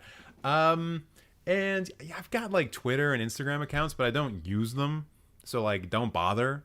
But if you want to bother, you can. If you follow me on Twitter today, you would have seen me say that I can't believe how A Man Called Otto is currently the 29th most popular film on Letterboxd. I don't think that's true. I don't see how that can be true. But I guess Tom Hanks has more cachet than I realized. And I don't know. There's probably other stuff in the description box below that you can interact with that will better connect you with me and this channel, so do those things if you want. Also, like the live stream and subscribe if you haven't. It was only on this most previous live stream, actually, that we were doing a little bit of a 3K subscriber party, and I think on this live stream, if all goes according to plan, we're going to be over 3,100 by the end of it. So we're just going to keep on growing, and we're just going to keep on roasting. I roast them so good. I'm going to make you think that you're in the middle of my beard because I have more beard hair than hair. What? Head hair. Beard hair is still head hair. What am I even talking about? You're going to think when I roast you so good that you're in the middle of my beard and you're going to think it's a fiery meadow, but in fact, I'm just going to pick you out like a piece of dead skin and I'm going to eat you up. So you're going to burn and then you're going to drown in my saliva. Ooh, yeah. That's what's going to happen to you next. Well, maybe not you specifically, but someone will feel that fate. All right. All right. All right. Depending on when the stream ends, I'll watch The Haunted Mansion. The new one? It's not even out yet. Or is it out yet? Is it a Disney Plus only type thing? Oh, no. Oh, no. Josh Breen. You did a thing. You did a thing that I'm going to have to talk about. From 2003 with Eddie Murphy. Okay. The OG. Well, it's probably not even the OG one. All right. What's going on here? You're not giving me much, Josh, but I'm going to do my best. My bestest. You're going to need some tequila, though. Oh, it's good tequila. Oh, it's the best tequila. All right. So why don't we move on now to the roast of Josh. Someone who is trying to let you know in very subtle ways that they are actually an intellectual. Did you think, Josh, that I would look at this and not know that it's from the band King Crimson? Because of course I would, Josh. And so now you're trying to tell me that you're a prog rock fan. You probably get high and listen to Pink Floyd's Dark Side of the Moon all the time. And then you try to tell me that your favorite films make absolutely no sense. And I get excited, Josh. That's when I get excited. Oh, this guy's into acid trips and pot and weed and prog rock. Oh, I wonder if he's going to be talking about The Who down here in his favorite films. Maybe Tommy's going to show up. Maybe Head's going to show up. That movie about the monkeys. And then I look down and I see nothing but disappointment because you've got Tombstone, Once Upon a Time in Hollywood, Beverly Hills Ninja, and Boogie Nights. And I don't know what complex, what kind of a narcissist you are if you think you can get away with saying my favorite films make absolutely no sense, and then you just throw like 3 American films from the 90s in my face that were super popular and pretend that you're fucking quirky with it, dude. What are you even talking about? Once Upon a Time in Hollywood, I don't know how that fits in here, but it's probably one of the more currently popular Tarantino films. So, like, what about this doesn't make sense? Like, there's even common colors between all the posters. It's got red. It's not that these make sense or make no sense, but there is a kind of sense to them. You like movies with, like, kind of tough guys doing things to help people, right? Tombstone, all about that. Lawman, Wyatt Earp. Showing up, telling Billy Bob Thornton to get out of his face in the coolest way possible, and then they just go and kill a bunch of bad guys. Once Upon a Time in Hollywood, it's basically a revenge film on behalf of Sharon Tate, and who does it? The guys showing up at the end, getting their revenge. Beverly Hills Ninja. It's all about a white guy fighting people and punching and learning how to fight. And then Boogie Nights is admittedly about a porn star, and I don't even think I've seen Boogie Nights, but I'm going to assume that Dirk Diggler punches some guy at some point, because that would make a lot of sense. So to say that these make absolutely no sense, I disagree. I see a through line. I see you, Josh. I see down deep into your soul. I know what's going on in there. I know that you've got a little bit of a stomach ache from the acid that you took, because you're listening to King Crimson right now, Josh. I know that. And you think that maybe if you smoke a little weed, it'll get rid of the stomach ache. But really what you need to do, and what I need to do apparently, is drink some goddamn water, Josh. So refreshing. The tequila. And I mentioned in the preamble, thinking about feet. What? Soviet Spider, you've had some takes in the past, but I don't know what the hell you're talking about. I'm not thinking about feet. I'm thinking about this water that I need. But yes, in the preamble, Josh, I did say hoo, because I saw something in your recents. Hey, look, everyone. Fight Club, 5 stars. Ooh, but there's words to go along with it this time. Yeah, there's a reason this is one of the best films ever. What's the reason, Josh? Could you elaborate in chat? Give me a snippet of why this is one of the best films ever. And I will preface your response by saying, in my mind, Fight Club is not even close to David Fincher's best film. This film would not make my top 250, probably not even my top 500. Eli's asking, what's Fight Club? I have no fucking idea. No defense. Your Honor, I plead the fifth.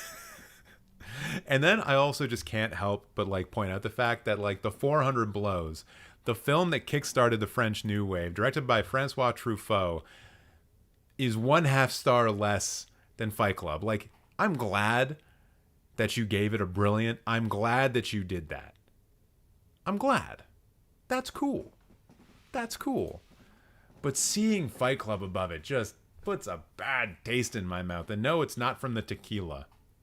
It changed people's lives, yeah, in the worst fucking way possible. It made frat bros even more insufferable. Although maybe, just maybe, it took a few out of the gene pool because those knuckleheads would be stupid enough to kill each other in one of their quote-unquote fight clubs. So maybe it ain't all bad news. And then, what do we got going on here? Ooh, a popular review is Babylon, 5 stars. Interesting. Let's see what you have to say. This film captures the revolution into new Hollywood with sound through the evolution of film in such a perfect way. That, along with Margot Robbie's best performance and one of the best scores I've ever heard, to make a really fun, chaotic time. Your grammar could use a little bit of work. Damien Chazelle is really that dude, though. Honestly, he doesn't hit all the time. Let's not suck his dick too much. He continues to impress by making a true masterpiece.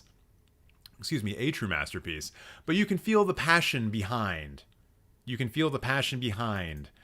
If you were to write me an essay, I would be ruthless with this. A lot of you guys maybe don't know that, but I was when I'm doing my roasting, I'm very often tapping into that part of me that had to mark first-year film student essays when I worked at the Toronto Metropolitan University as a teaching assistant.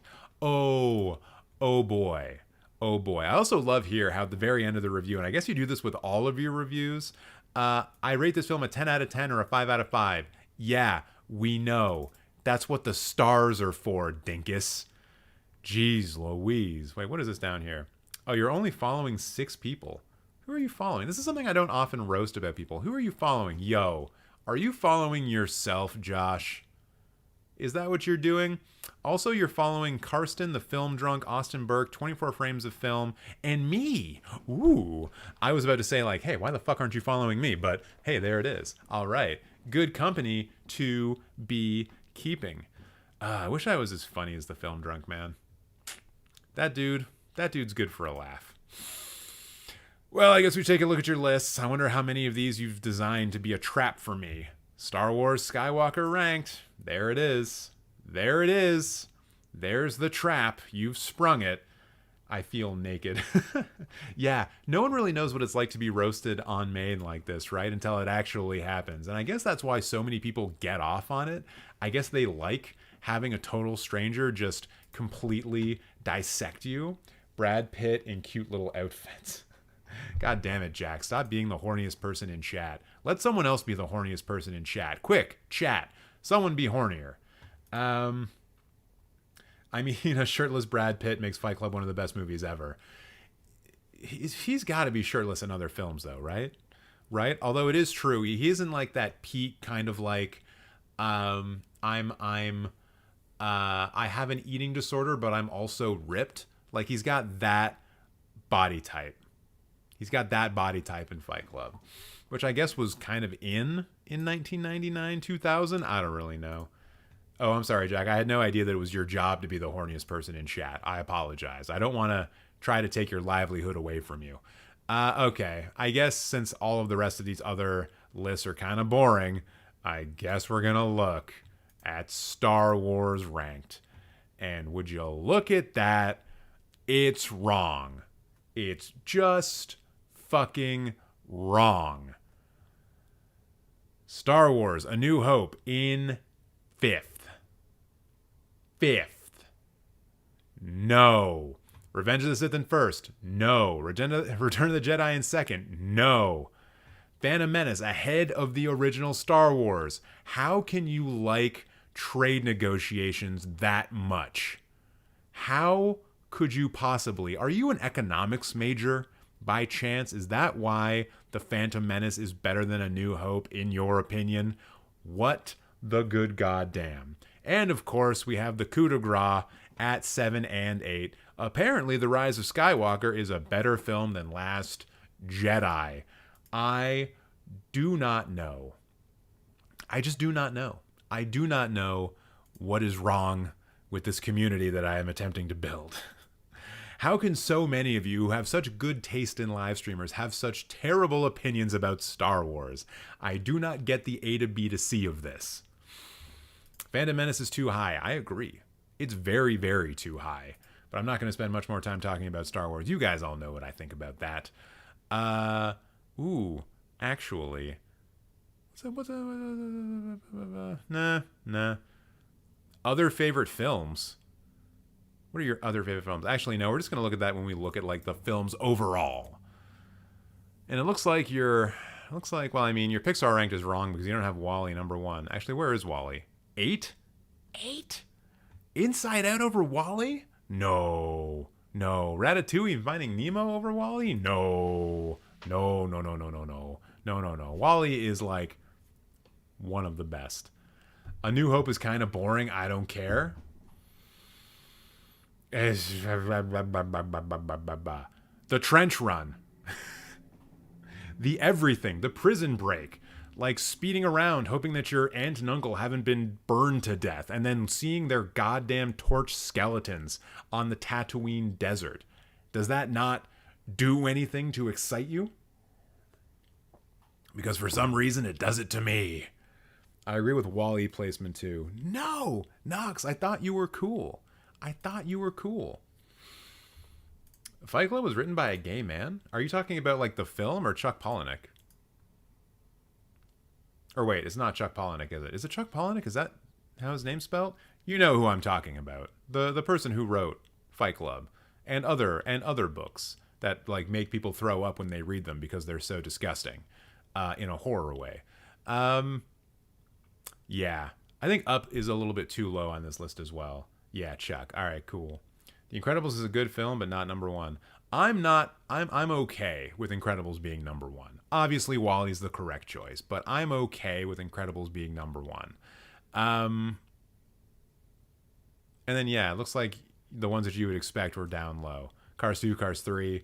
I also think Turning Red should be way fucking higher. Like, Turning Red is better than A Bug's Life, Incredibles 2. That's it. It should be a bit higher. Inside Out, way too high. You don't have to be sorry about that, Eli. Just say it. Incredibles is not that incredible? I disagree.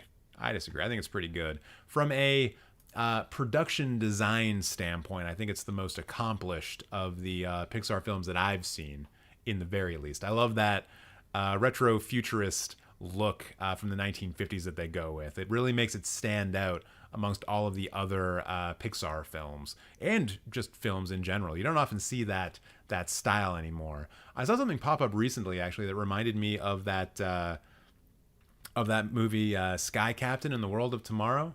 Y'all ever seen that? Is that the first time anyone's ever told you about that movie?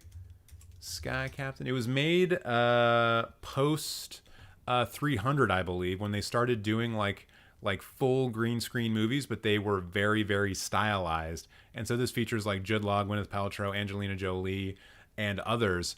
And Laurence Olivier's in the movie? Shit, I forgot about that. But yeah, the overall look and aesthetic of this film is actually really cool. And it's in that same sort of like, what if the 50s just continued? What if we stalled aesthetically in the 50s and it just continued? Batman the Animated Series is another good example of that.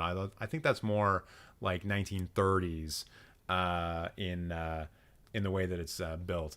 But yeah, this movie, I don't know if it's good or not, and apparently it's a 2.7, but it's visually pretty scrumptious, I would say. Just ignore the fact that Gwyneth Paltrow's in it. Just ignore that entirely. Close your eyes whenever she's on screen. Or just say goop out loud. Every time she says something, just say goop. Just say goop. Just say goop. They're probably going to clip that out and use it as their goddamn slogan from now on. Here's a completely unknown influencer saying just say goop. Therefore, we're good at our jobs. Monsters Inc. is the best Pixar film. Changed my mind. I mean, I'm not going to be able to do that. Person using a Mia Goth icon. Yes, my eyesight is that good. Ratatouille is my personal best. Athletes have personal bests. You have personal favorites. I shouldn't be that. I shouldn't be that much of an asshole, especially to people who are not getting burnt right now. Oh, John Wick Chapter 4 to 4.5. No, man. Look, that's another movie where as soon as people start rewatching it, it's gonna go down. It's going down in an earlier round. Cause sugar, we're going down swinging. Yeah, I do that song at karaoke. Fight me.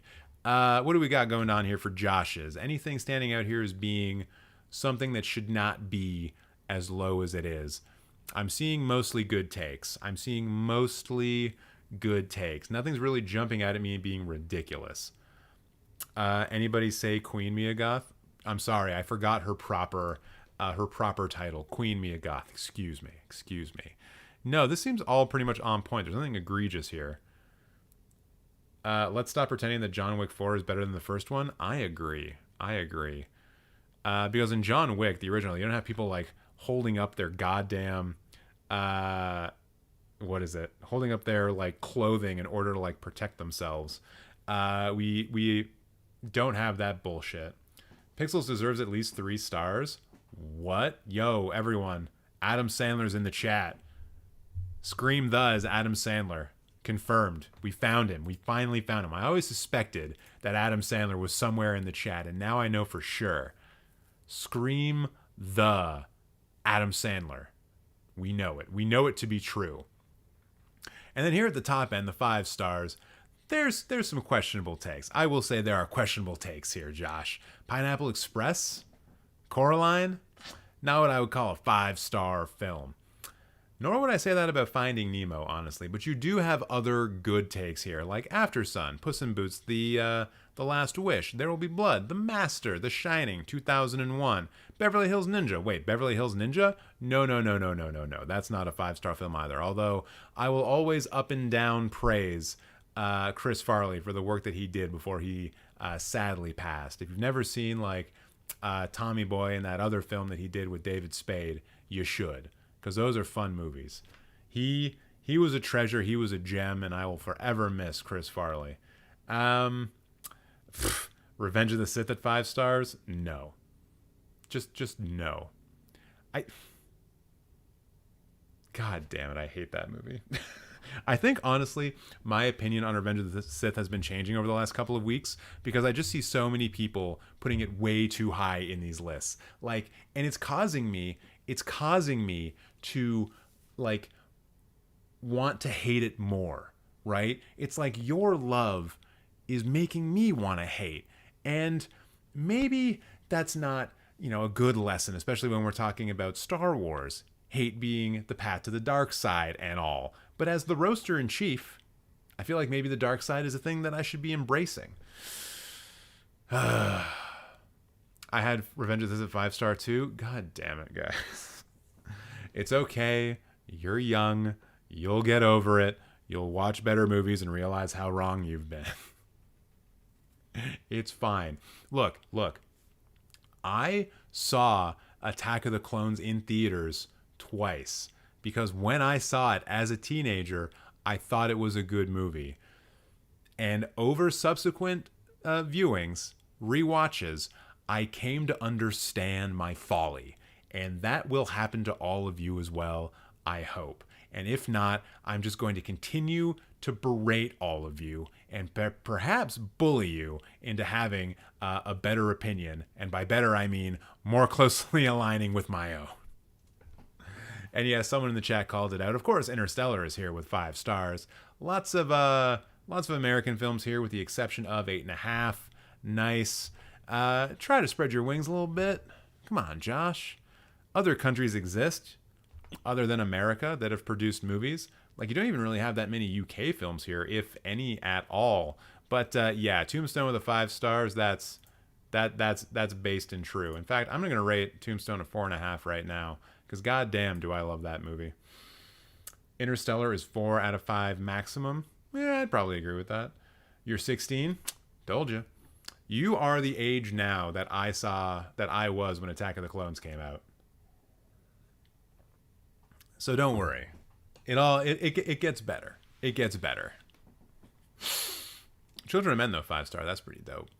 Is there anything else here I could do with this? Ooh, what's in your watch list? I haven't been looking at many people's watch lists before.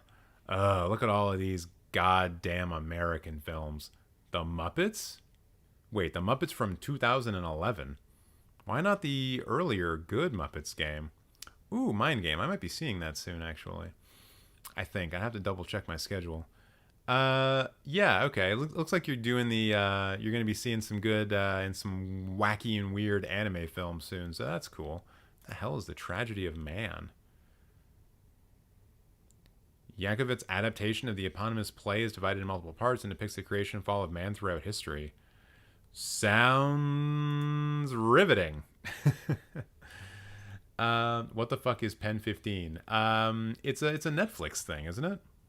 Pen 15, on vacation with Curtis, Anna and Maya are introduced to new crippling insecurities. The girls try to ignore them, but a mystical turn takes their self-doubt impossible to forget. Wait, what? Makes their self-doubt. Wait, it's called Jacuzzi, though. Why is it? Oh, it's a Pen 15 animated special called Jacuzzi. Or Jacuzzi if you're nasty. Broker, though. Broker's a good film. You should watch that. Also, this is a film that came out like 2 years ago. Not a lot of people know about it. The Electric Life of Louis Wayne. If you like Benedict Cumberbatch or Cats, it's a good one. It's a good one to watch. Notice how I gave it 3.5 stars out of 5. That's how you know it's damn good, because that's not something I hand out willy-nilly. Star Wars 9 is the best one. I disagree. The Rise of Skywalker. I wouldn't wipe my ass with The Rise of Skywalker. It's not good enough to come into contact with my shit. That's how I feel about The Rise of Skywalker. No. Fuck that movie. And that, I think, is all that we're going to be doing for the roast of Josh. Josh, I hope you enjoyed that. If not, feel free to punch me in the face if you ever see me in public. Actually, you know what? No. Give me a light slap instead. I would probably cry if you punched me. I would probably cry, and I would probably react really poorly. But a nice little slap, just like that. Like, hey, TJ, boop. I probably wouldn't react poorly to that, unless I was unaware. If it was a sucker slap like that, strong chance that you're getting a big old slap into the face. Cats, like Tom Hooper's masterpiece. Yeah, like that one. My latest, oh my god, my least favorite Star Wars movie is A New Hope, just because it's very boring.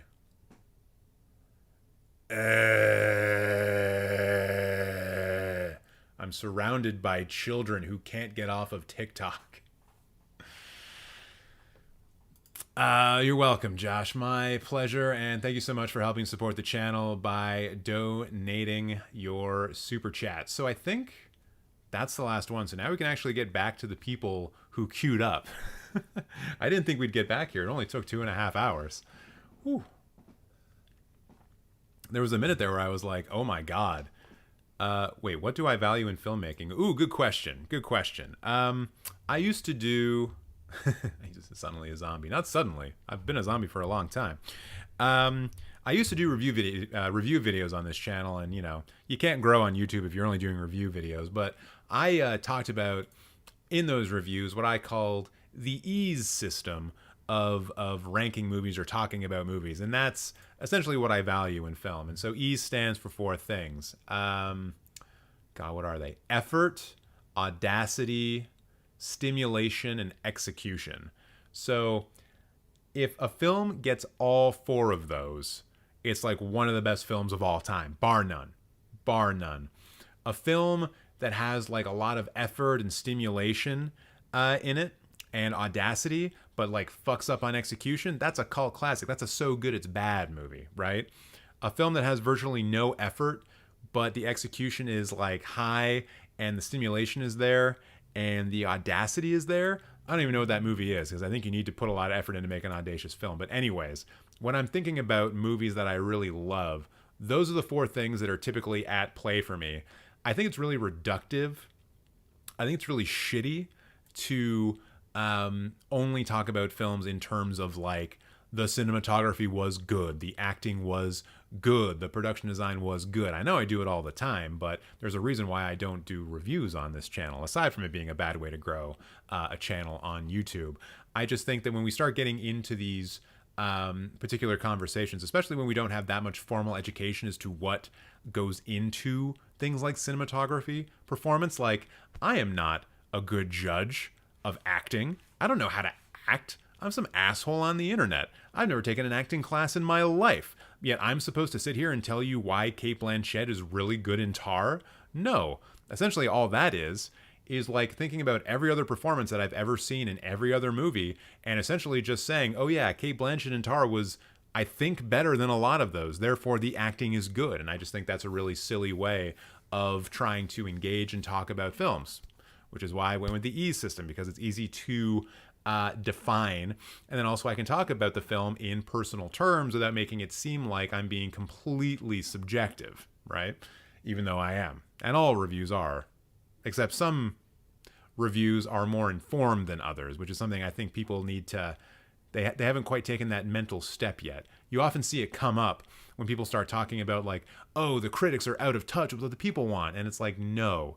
The critics just see more stuff than you see, and they are more tuned to what good and bad and what counts as good and bad cinema and etc. Like, they're more in tune with that kind of stuff. You might think that you're hot shit because you watch like 30 to 50 new films a year and that you like go to the theater all the time. But like a proper film critic, they're probably watching 300 to 400 films a year. They're going to multiple festivals every single year where they are watching 20 to 30 to 40 films over the course of like, 10 days on the regular. Like, they know what's up. So yeah, I think that critics are cool, except for the shitty ones. Have you ever thought about making a movie? Of course I have. Of course I have. I've got a couple of scripts that I'm constantly writing in my head right now. But whether or not they actually ever get made, they probably never will. Man, it takes so much goddamn effort to make a movie. Whew. Wait, what was that? Michael Bay greater than Tarkovsky. What? I feel like the scream is just coming in here to troll. Oh wait, no, you are coming in to troll. You just proved it. What's your favorite movie of all time? Mine is Crash from 2004.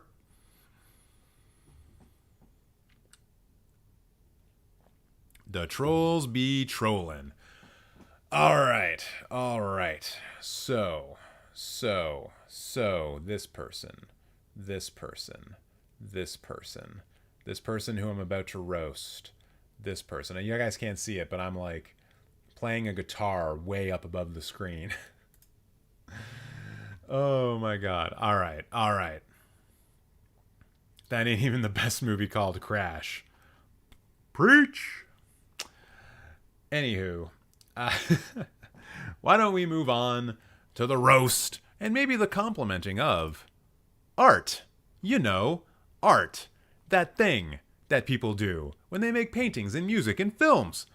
We're doing the roast of that, of all art. Thank you so much, Art, for submitting your profile for roasting. I've always wanted to roast all of art, all at once. Should be a very fun and easy and simple thing to do.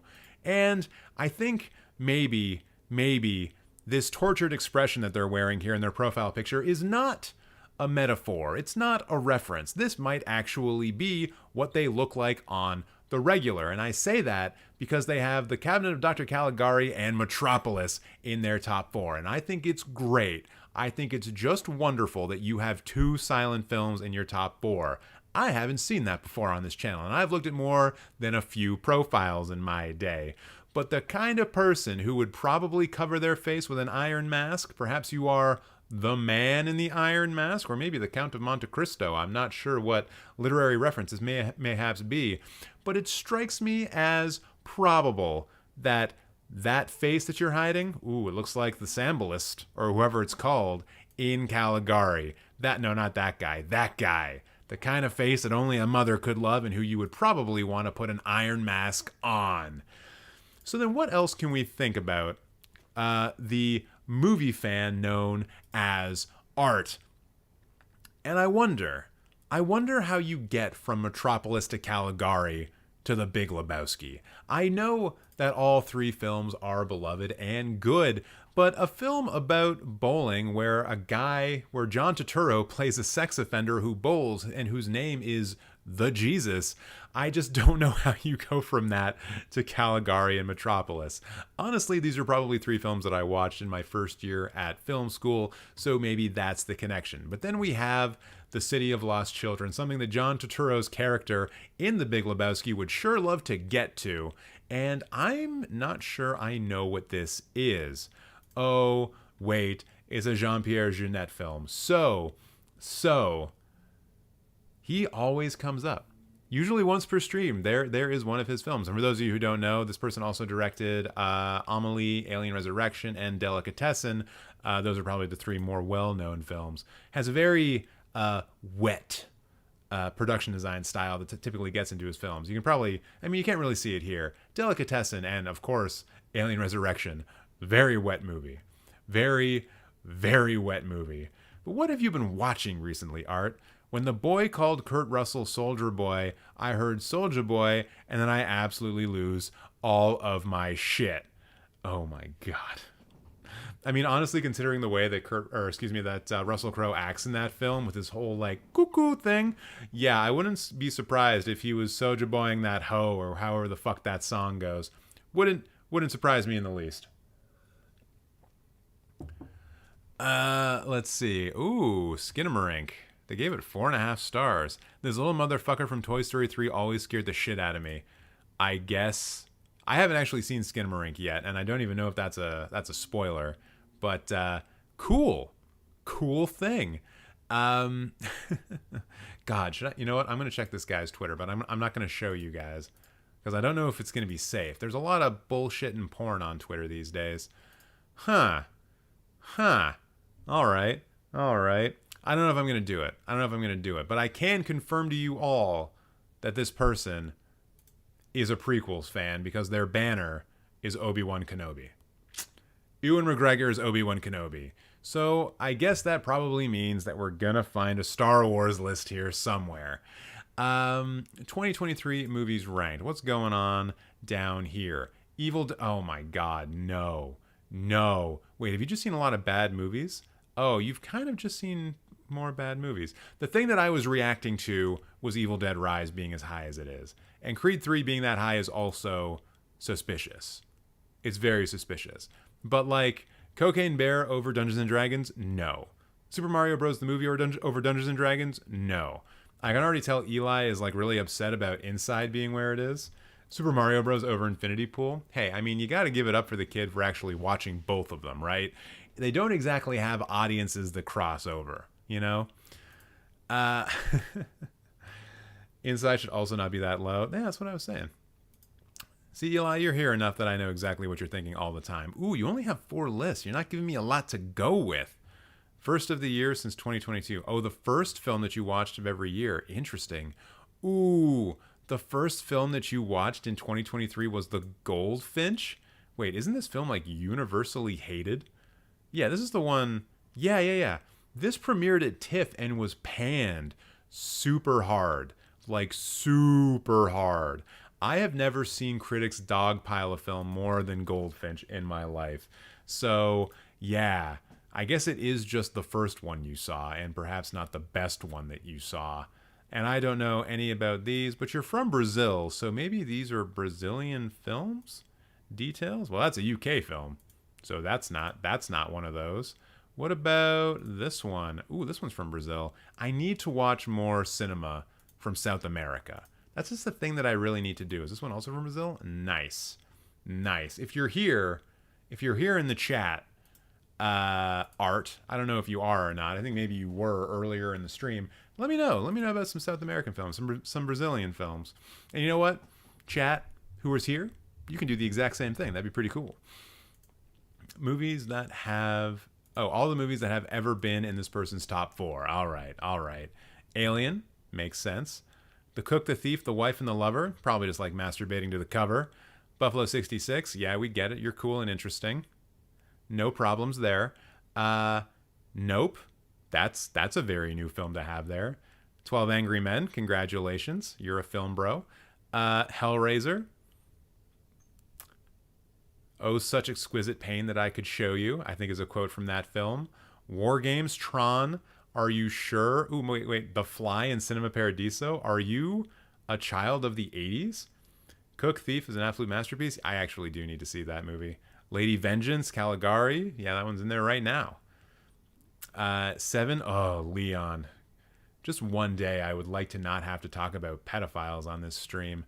And you know what? Let's just move on from it. We all know the rant. We all know the rant. Wait, what's this movie? The Night I'll Possess Your Corpse? Yo. That's not a good band name, but that's a good album name. Actually, no, that's more of a good song name.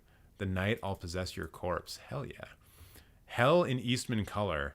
Coffin Joe is still looking for the perfect woman to give birth to a son of his, and cleared of the past crimes at midnight, I'll take your soul, keeps terrorizing the people in a small town with an iconoclast and sadistic practices. So this is a sequel, I guess, to this movie. No idea what this is, but it's got a 3.9. Jeez Louise. Cool. I don't even know what Coffin Joe is. Why Zombies Ate My Arm? Why are you so into Coffin Joe? Also, why is Arthur here? Arthur and the Invisibles? It's a Luc Besson film? Oh, he made a children's movie? Ooh, I wonder what that old creepy guy is doing in a Luc Besson children's film. Oh, I hate the fact that I'm looking at like two gingers right now, too. Oh, don't tell me he has a ginger thing. Although I guess he did make Mila Jovovich like a bottle ginger in The Fifth Element. Oh, I'm going to throw up on live stream. Will that get me to the front of live stream fail? Maybe. We all know that I don't fail enough on my own. By the way, if you ever feel the need to clip this live stream and put it on LSF, go for it. Just fucking do it. Weirdly, failing is sometimes a great way of growing a channel, especially if you fuck up real bad on live stream. And I guess we can look at 2022 ranked, right? Pause for sneeze. Skinamarink at the top. And you know what? Art? That's a Canadian movie. So, thank you. On behalf of the country of Canada, all 40 million of us, thank you. You're a good person. Also, The Quiet Girl, low-key, a very touching film that I wish got more attention at the end of the year. But a lot of things that you would expect to be here. Everything Everywhere All at Once. Banshees, close. Nope. All Quiet, After Sun. I disagree with the order, certainly. I don't know what this movie is, but it looks like there's a tiny little dragon coming out of a child's mouth. That's interesting. The Woman King, The Northman. Top Gun Maverick, pretty low. Tar, very low. Very low. Number 26. That was in my top 10. For sure. Skinamarink had the best dance scene in 2023. See, Scream, you're trolling, though, so I don't know if that's true or not. What else we got going here? Oh, man, this goes real far down. What was the worst one? Vengeance. The hell is this movie? Oh, the BJ Novak film. Why did I know about this? A journalist and podcaster. Oh, that's why it's a bad film. Because a podcaster is a character in it. They travel from New York City to West Texas to investigate the death of a girl he was hooking up with. What a great thing for a person to do. Hey, the person that I was boning is now dead. I better show up because I'm going to be the prime suspect and I guess be the prime suspect in front of everyone. Makes total sense. Also, Blonde Down Low. Nice. I don't even know any of these other films except for Fall, but I haven't seen it. So, Paul, you're saying you love this person's taste. Even with men down that low? Watcher's kind of low? Good Nurse, deservingly low. The Menu, real far down. Actually, wait. You have Thor, Love and Thunder over The Menu? Oh. And just based on this, I don't even think you're a Marvel stan. I don't think so. Wow. Okay. Black Adam is over some real good films. Babylon? Bodies, Bodies, Bodies? Bones and All? Crimes of the Future? I mean, I know I can understand how Crimes of the Future is not going to be everyone's cup of tea, right? Or rather, everyone's brick of plastic. But yeah, wild, wild that you have Black Adam over some of these other films. God, Causeway is so forgettable, except for Brian Tyree Henry. Love that man though. I really should have seen Mad God. Prey, yeah, good one. Yo, isn't the new Hellraiser like really bad? Did someone in the chat tell me that the new Hellraiser is really bad? Maybe. Ooh, Tar is overrated. Nocturno loves Crimes of the Future. Yeah, we know that because you're freaky and weird. We established that on previous live streams. When we roasted you, or rather when I roasted you. All right. Well, I don't know. Should we look at the films? Should we even bother? Because we know they're into like art. So like it's just going to be all fancy pants art films on the top, which I should remind everyone, I don't believe in the difference between high art and low art, high cinema, low cinema. It's all cinema, baby. Doesn't matter. So the fact that you have Metropolis and Battleship Potemkin right there doesn't bother me in the slightest. Because you have them here along with other films like In the Mood for Love, Godfather, Paradiso, La Haine. It's not bad. The Odd Couple at 5 stars, that's interesting. Although it's the original Odd Couple, so never mind. That's actually kind of cool. These aren't that artsy? No.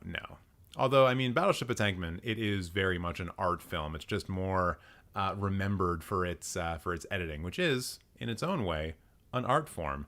It's the paintbrushes of cinema, maybe. Kung Fu Panda, total art film, though. Monster House, super art film. All animated films are art films that play at galleries and nowhere else, and we all know this. City of God, 4.5, nice. Hey, look, the Invisible Man shows up twice. Yo, no one had that on their bingo card, I'm guessing. Fuck, we should have bingo cards for these live streams. Put it on the to-do list, TJ. Put it on the to-do list. The free square in the middle is going to be Fight Club. I have a rule that if someone gives Moonlight 5 stars, I never hate on them. Fair. I don't know if I have any similar rules because I feel the need and the compulsion to hate on everybody, which is why you're all here right now. I think, I don't know, I'm not seeing anything else here that stands out. Although, is this, yeah, Abel Ferrara's Siberia. This was on my watch list at some point in time, but I never got around to it. Blade Runner is too low IMO. Wait, they have Blade Runner here? God, I wish I could just like easily see their stuff. Oh wait, Blade Runner, there it is. 4.5, whatever. I'm not gonna argue it too much. Monster House was super emotional. The scene where Larry confronted Andy because he killed his daughter was so emotional and heartbreaking.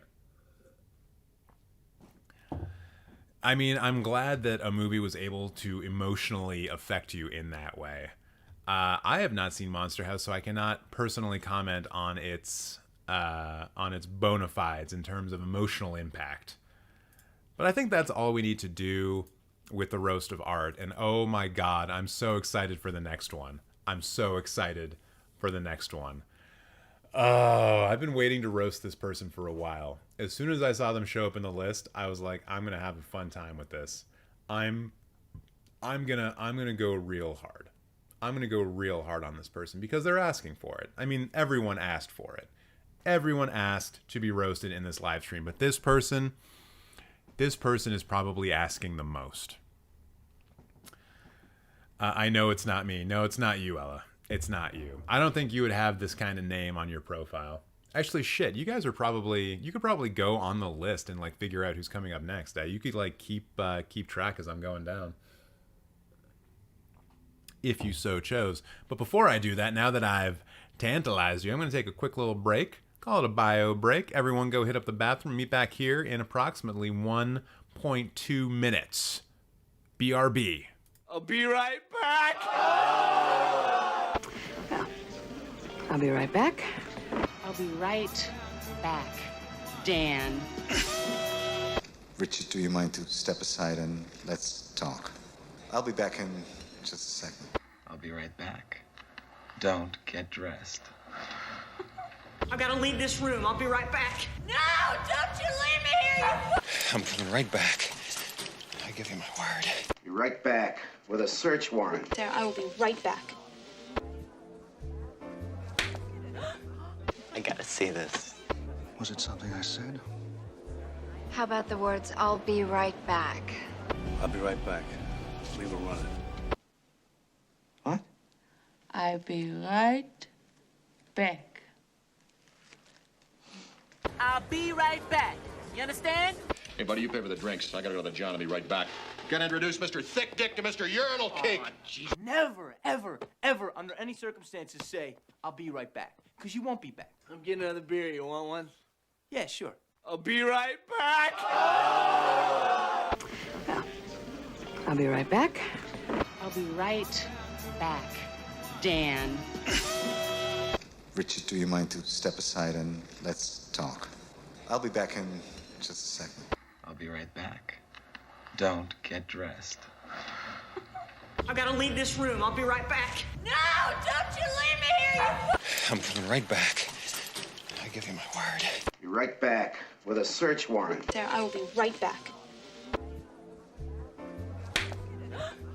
I gotta see this. Was it something I said? How about the words, I'll be right back? I'll be right back. We were running. What? I'll be right back. I'll be right back. You understand? Hey, buddy, you pay for the drinks. I gotta go to the John. I'll be right back. Gotta introduce Mr. Thick Dick to Mr. And we're back. And maybe we're about to be joined by the fur critic himself.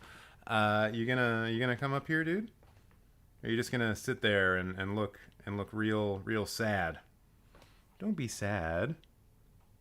Come up here and say hello to all your fans. He's just rubbing his face on stuff. He loves rubbing his face on things. Ooh, he's rubbing another side of his face on something else. I feel like he's building up the courage to make an appearance. Come on. You know, one of the things that you would have seen if you were a member of the Cinemateq Discord is a picture of my parents' cat that I posted in the Pets channel. Yes, we have a Pets channel. A lot of very handsome-looking pets in there, but I don't think anyone is as pretty as my parents' cat, Emmy, and no one is as handsome as Rocco, obviously. And I'm going to prove it to you. Right. Ooh, did we get him?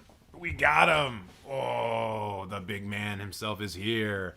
If you make a movie, TJ, please let Rocco have a scene. He is a star. Oh, Rocco, did you hear that? You're a star, my boy. Oh, there he is. He's a little bit hungry, so he's probably not going to want to stick around for long.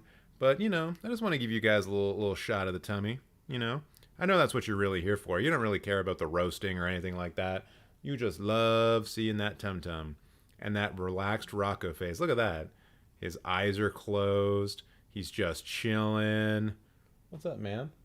How you doing? You having a good night? He's purring. Insert purl clip. Which, I'm gonna be a star.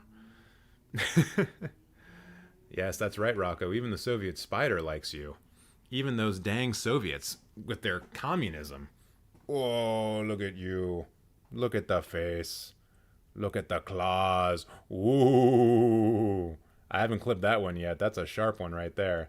All right. Thank you very much. Thank you. It was very nice of you to stop by. Mwah. All right. I'll feed you in an hour and not a moment sooner. Okay. The new A24 movie, Rocco and Morocco. That sounds more like a DreamWorks animated film, if we're being honest. King Rocco, no doubt. God, now I have fucking cat hair on my face. I'm probably just wiping it with something that has more cat hair on it. All right, well, before that little bio break and that little interruption from the king cat of them all, I promised you guys a roasting. Someone who I was going to have no compulsion, or excuse me, no reservation. No reservation about just utterly roasting them to death. And I'm sure you've all been wondering why I think that I'm going to go so hard on this person. And I'm going to show you why. I'm going to show you why right now. Because this is the roast of PussyDestroyer7. That's right, everyone. We've got a certified pussy destroyer in the house. Someone who has so much sex with women that they have to let you know that they just destroy pussy. And the only blemish on their record is the fact that they couldn't get here fast enough to get just Pussy Destroyer on its own. Oh no, oh no, oh no. Pussy Destroyer 1, 2, 3, 4, 5, and 6 were all taken before this idiot from Denmark, who's obviously a total Chad alpha male, probably, could claim it. Too bad for him. Also too bad for him, the fact that the person whose name is PussyDestroyer7 has fucking Barnyard as their #1 movie of all time. Look at this. Look at this. Imagine if you will, PussyDestroyer7 somehow actually gets a woman to come home with him. And he's thinking in his mind, he's thinking, oh boy, I'm gonna destroy that pussy. I am gonna put my penis in it, and then I am going to take it in and out, and then after that, it will be destroyed. That's how this person thinks, probably. And so now he gets this person in through the front door. He has managed not to completely fuck it up on the way home, because they never really show you how that happens, right? In the movies, it's always like you chat someone up at a bar and then cut to having sex at home. But what is it like when you actually have to sit in a cab for 15 minutes with a complete stranger while you go back to either her place or your place? It's sometimes a little bit awkward and can be a deal breaker if you're not careful. But this person, PussyDestroyer7, oh no, they got it on lockdown. And so they walk in through the door with this new wonderful person who has decided that they are going to let them destroy their pussy. And then on the fucking shelf, on the DVD shelf, is Barnyard. What do you think happens in that instance? I think that the odds are in favor of that person saying to themselves, no, I am not going to let a Barnyard owner destroy this pussy. And I think that's fair. I think that's a fair way to live your life. You know how occasionally people will say, I will not have sex with a guy if he doesn't own any books? I feel like this also qualifies. I think this might also be a thing. And, okay, what else do we even have going on here? What is the rating of this film? 2.8. That seems like it's high. Wait, John DiMaggio. I was thinking of Joe DiMaggio for a second. Whew, that would have been bad. Wait, Steve Odenkirk, is that the guy who did Kung Pao? Oh, no way. Shit, I actually really like Kung Pao Enter the Fist. But that's not something that I would tell someone if I was going to try to destroy that pussy. 7. So what else is going on in this wonderful profile from someone from Denmark? Well, you kind of understand why someone whose name is PussyDestroyer7, why they would love Don't Look Now and Vertigo so much. Because pussy gets destroyed in it. And I don't think I've ever said the words pussy and destroyed more in my entire life than I have right now. So, like the live stream, if you enjoy seeing world records, and this is probably actually a great thing that could get clipped for live stream fail. I can see it now on Reddit. Unknown streamer says Pussy Destroyer way too many times. God damn it. Oh boy. I don't even know if I want to comment on Vertigo and Don't Look Now beyond that. I wonder what the oh no, not the watch list. I didn't want that at all. I wanted the lists. I wanted the lists of Pussy Destroyer. And of course, the first one is Christopher Nolan ranked. The only thing I'm surprised about is that Dark Knight is not #1. You guys all knew. Picture in your head. You just found the Letterboxd profile of someone who named themselves Pussy Destroyer. Where is Dark Knight in their Nolan rank list? It's #1. Of course it's #1. Someone who is going to name themselves that on the internet, Dark Knight is their #1 film. Without a doubt in my mind. And for some reason, they also seem to need a top 28 film list, which doesn't make a lot of sense. And naturally, at the top of this list are films that the person doesn't even include in their top 4. So, you know what? Apocalypse Now being #1? That's cool. Put it in your top 4. Blue Velvet being #3? Put it in your top 4. Not goddamn Barnyard. You know what I don't see anywhere in this list? Barnyard. I'm now even more and more convinced that you just put that there to fuck with me. And that's fine, because it all led to good content, which is all what we really are after. Hey, this guy's got like Or Dead and Last Year in Marimbad. Cool. Very much a basic Criterion bitch, if I'm just going over this real quickly. Yeah, a lot of these are in the Criterion collection, except for like Texas Chainsaw Massacre. And yeah, I know I need to see My Winnipeg, but you know, I'll get around to watching all the Canadian films eventually. I think I probably need to see Stalker more than I need to see My Winnipeg. This is actually kind of a funny list. For those of you that don't know, Charles Laughton ranked. This is funny because Charles Laughton only ever directed one film. There's our guy though, Robert Meacham. Ooh boy, but yeah, there you go. But you probably recognize him as an actor. He acted in a bunch of stuff. Spartacus, Witness for the Prosecution. He's so good in Witness for the Prosecution. But yeah, he's been in a lot of stuff. Charles Laughton, number one in your hearts, although probably not. Tarantino ranked Foreign February Challenge. What? Is this like one quote-unquote foreign film a day for the entirety of February? That doesn't make any sense because it should only have 28 entries in it. But once again, these look like they're mostly coming from the Criterion collection or YouTube. You can watch Dante's Inferno on YouTube. But yeah, these are a lot of Criterion films. Super, super basic Criterion bitch. Can't believe it took us over 3 hours into this live stream to find it. And Tarantino ranked? Yeah. Of course Pussy Destroyer is going to have Pulp Fiction number 1. And not the actual best Tarantino film, Inglourious Bastards. Wanna kiss me, Ducky? No. Now, Barnyard is a movie that'll put you in the mood. Oh. Barnyard and Chill? No, I will not let that sink in. I'm going to put sunscreen on to make sure that it can't get any further into my pores. Thank you very much. Jackie Brown is not last place. I would tend to agree with that. I would probably put Death Proof or The Hateful Eight in last place.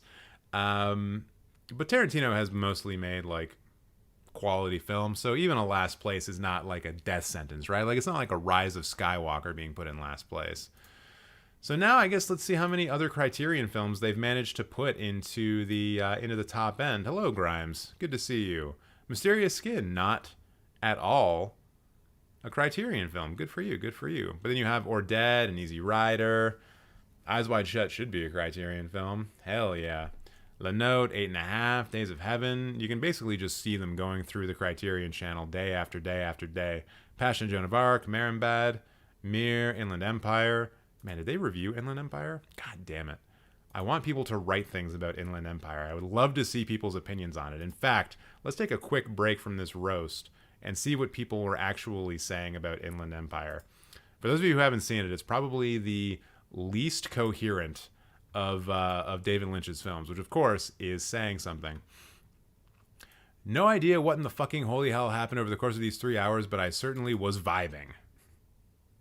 There is really nothing like this film, the kind of work that I don't want to write about until I have the time to sit and think. That's a boring take.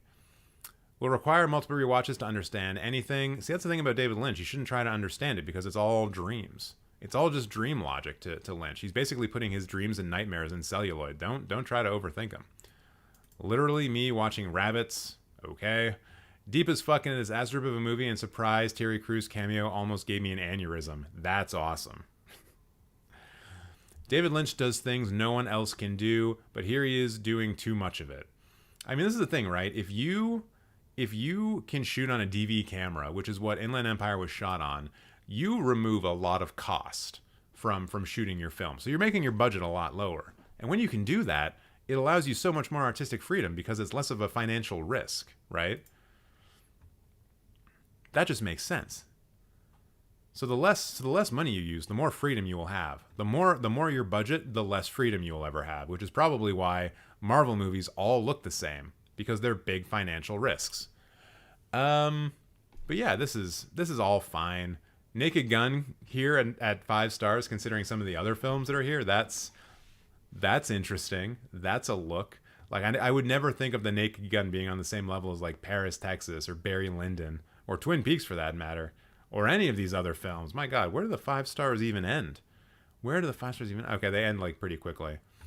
John Wick Chapter 3 at 4.5 stars. I thought you were a man of I thought you were a man of distinction, PussyDestroyer7. I actually forgot that's who we were roasting for a second. I was so caught up with the Criterion-esque nature of their films.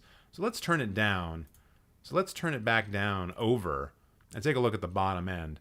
Oh, okay. That's the Point Break remake. I was about to have a big problem with Mr. Destroyer here. We also have The Bye Bye Man, Real Low, a Black Mirror episode. Okay. The Room, Birdemic, Taken 3. Yeah, it's shit you would expect. The Lion King. Yeah. We all know what's up. Hey, Hard to Kill. Wasn't this the answer for Flickle today? Yeah, I think it was. No, it was another Steven Seagal film. I think. It was a Steven Seagal film, though. However, I have to say, for someone who's reviewed 16 pages of stuff, getting to 2 stars before the first page is even off, like, they just must not, like, hate movies that much, right? Wait, what is their distribution? Ooh, that's very high-weighted. Man, I don't know about that. That's a lot. That's like a majority of films being 3 stars. Like, probably even a majority of films being 3.5 stars and above. That's not great. That's not great. What do they got on their watch list, though? Tetsuo 2, interesting. Heart of Darkness, all right. Cold War, very depressing movie, very fun, great times to be had. Visually stunning. Sisu, you can skip it, in my mind. You get to watch Nazis die, though, so I guess it's cool for that. Driller Killer, yeah, all right. Why not? Movie 43, wait, isn't that movie terrible? Isn't that movie, like, real fucking bad? Yeah, it's got a 1.5. And I mean, it's one of those movies where I think they just paid a bunch of people to work for one day and then they stitch it all together. And it's like, hey, look, we made a movie with all of these famous people. And yeah, it's god-awful and terrible. Who even directed this? Griffin Dune, who did Practical Magic. Peter Farley. Oh, it's the Green Book asshole. It isn't that bad. Maybe it is. Jesse asked me, how's my day? Pretty good. Live streaming, making fun of people. Can't ask for anything more. Donovan Duro, if you would like to get roasted, you must comment on the Letterboxd list linked in the description box below. There is a cue to these things. There is order. I have brought order to chaos. And by doing so, I've invited people like PussyDestroyer7 into my life. Have they got anything interesting in their reviews? Why was this so great? Talking about a documentary about computer chess from 2013? I don't know, man. They were kind of annoying people. You gave 69 to But I'm a Cheerleader? Nice, I guess. Is that what you were going for? You thought Primer was annoying? It's one of the best examples of, like, a lo-fi, low-budget sci-fi film in existence. Come on. Yeah, original Point Break. As it should be. Beau's Afraid. What? Out of the 8 people in the theater, which is kind of a lot depending on where you're watching Beau's Afraid, 5 of them left before the halfway point. I mean, yeah, they're all just weak. They're cowards. They don't want to confront their own anxieties and fears. They also probably need like a very coherent, well, not coherent, but a very straightforward narrative, which is not something that Beau's Afraid gives you. Crazy and so self-indulgent. I don't think it is. I don't think it's self-indulgent. But I'm a weirdo, so who can say? But ultimately pretty entertaining, scary, and funny, but not as funny as the 3 elderly women who accidentally walked into the wrong theater hall and sat through an hour of this confused. Hell yeah. That actually kind of reminds me of when I went to see Blonde in theaters. Because I have a theater near me that will play Netflix movies. They have an agreement with Netflix. And I was in the theater, and there was like a party of people. And I think this was like a birthday party or something. Not like young kids, thankfully. But it was a party. It was like a woman's birthday. And she brought some friends with them, and they were like, yo, Marilyn Monroe is my idol. We're going to watch a movie about my idol. And then the sound started fucking up in my screening, and so they actually had to stop the screening because they were like, oh, we need to fix things. Sorry, everybody. And they kept trying to restart the movie, and the sound was just still bad. So during one of the longer breaks, I heard like the birthday girl turn to her friends and be like, guys, I am so sorry. I am so sorry. I didn't know the film would be like this. Like, what even is this? Is that guy supposed to be Joe DiMaggio? Like, they're not telling us anything. And it's like, you probably should do a bit of research before you go see a movie in theaters. Not like ruin it for yourself, but maybe just know what you're walking into, you know? Maybe have an idea, especially in terms of Blonde. Like, it's hard for me to imagine people not knowing what Blonde was all about when they walked in to see it. So that, dear friends, was the roast of PussyDestroyer7, a name that will live on in infamy, I'm sure. Oh, yeah, and now there's this asshole next. Fuck me. The hits just keep on coming, everybody. I can see why people wouldn't like Beau's Afraid since it's kind of random. See, that's the thing. It isn't. It isn't random. It's actually, I think, a more precise film than people give it credit for. And I think that the film, and I'm sorry, everyone plug your ears if you haven't seen Beau's Afraid yet. I'm going to spoil things. I'll put my hand down when I stop talking about spoilers. And I'm going to start talking about spoilers in 5, 4, 3, 2, 1. So the thing about Beau's Afraid is that you need to put it in a context that is somewhat hidden from the audience. When Beau gets to the house at the end of the film, you see that he's looking at a number of print examples of him being used in the advertising for his mother's like mega corporation that's also into pharmaceuticals and things like that. And that says to me that Beau has been like kind of quote unquote experimented on his entire life by his mother.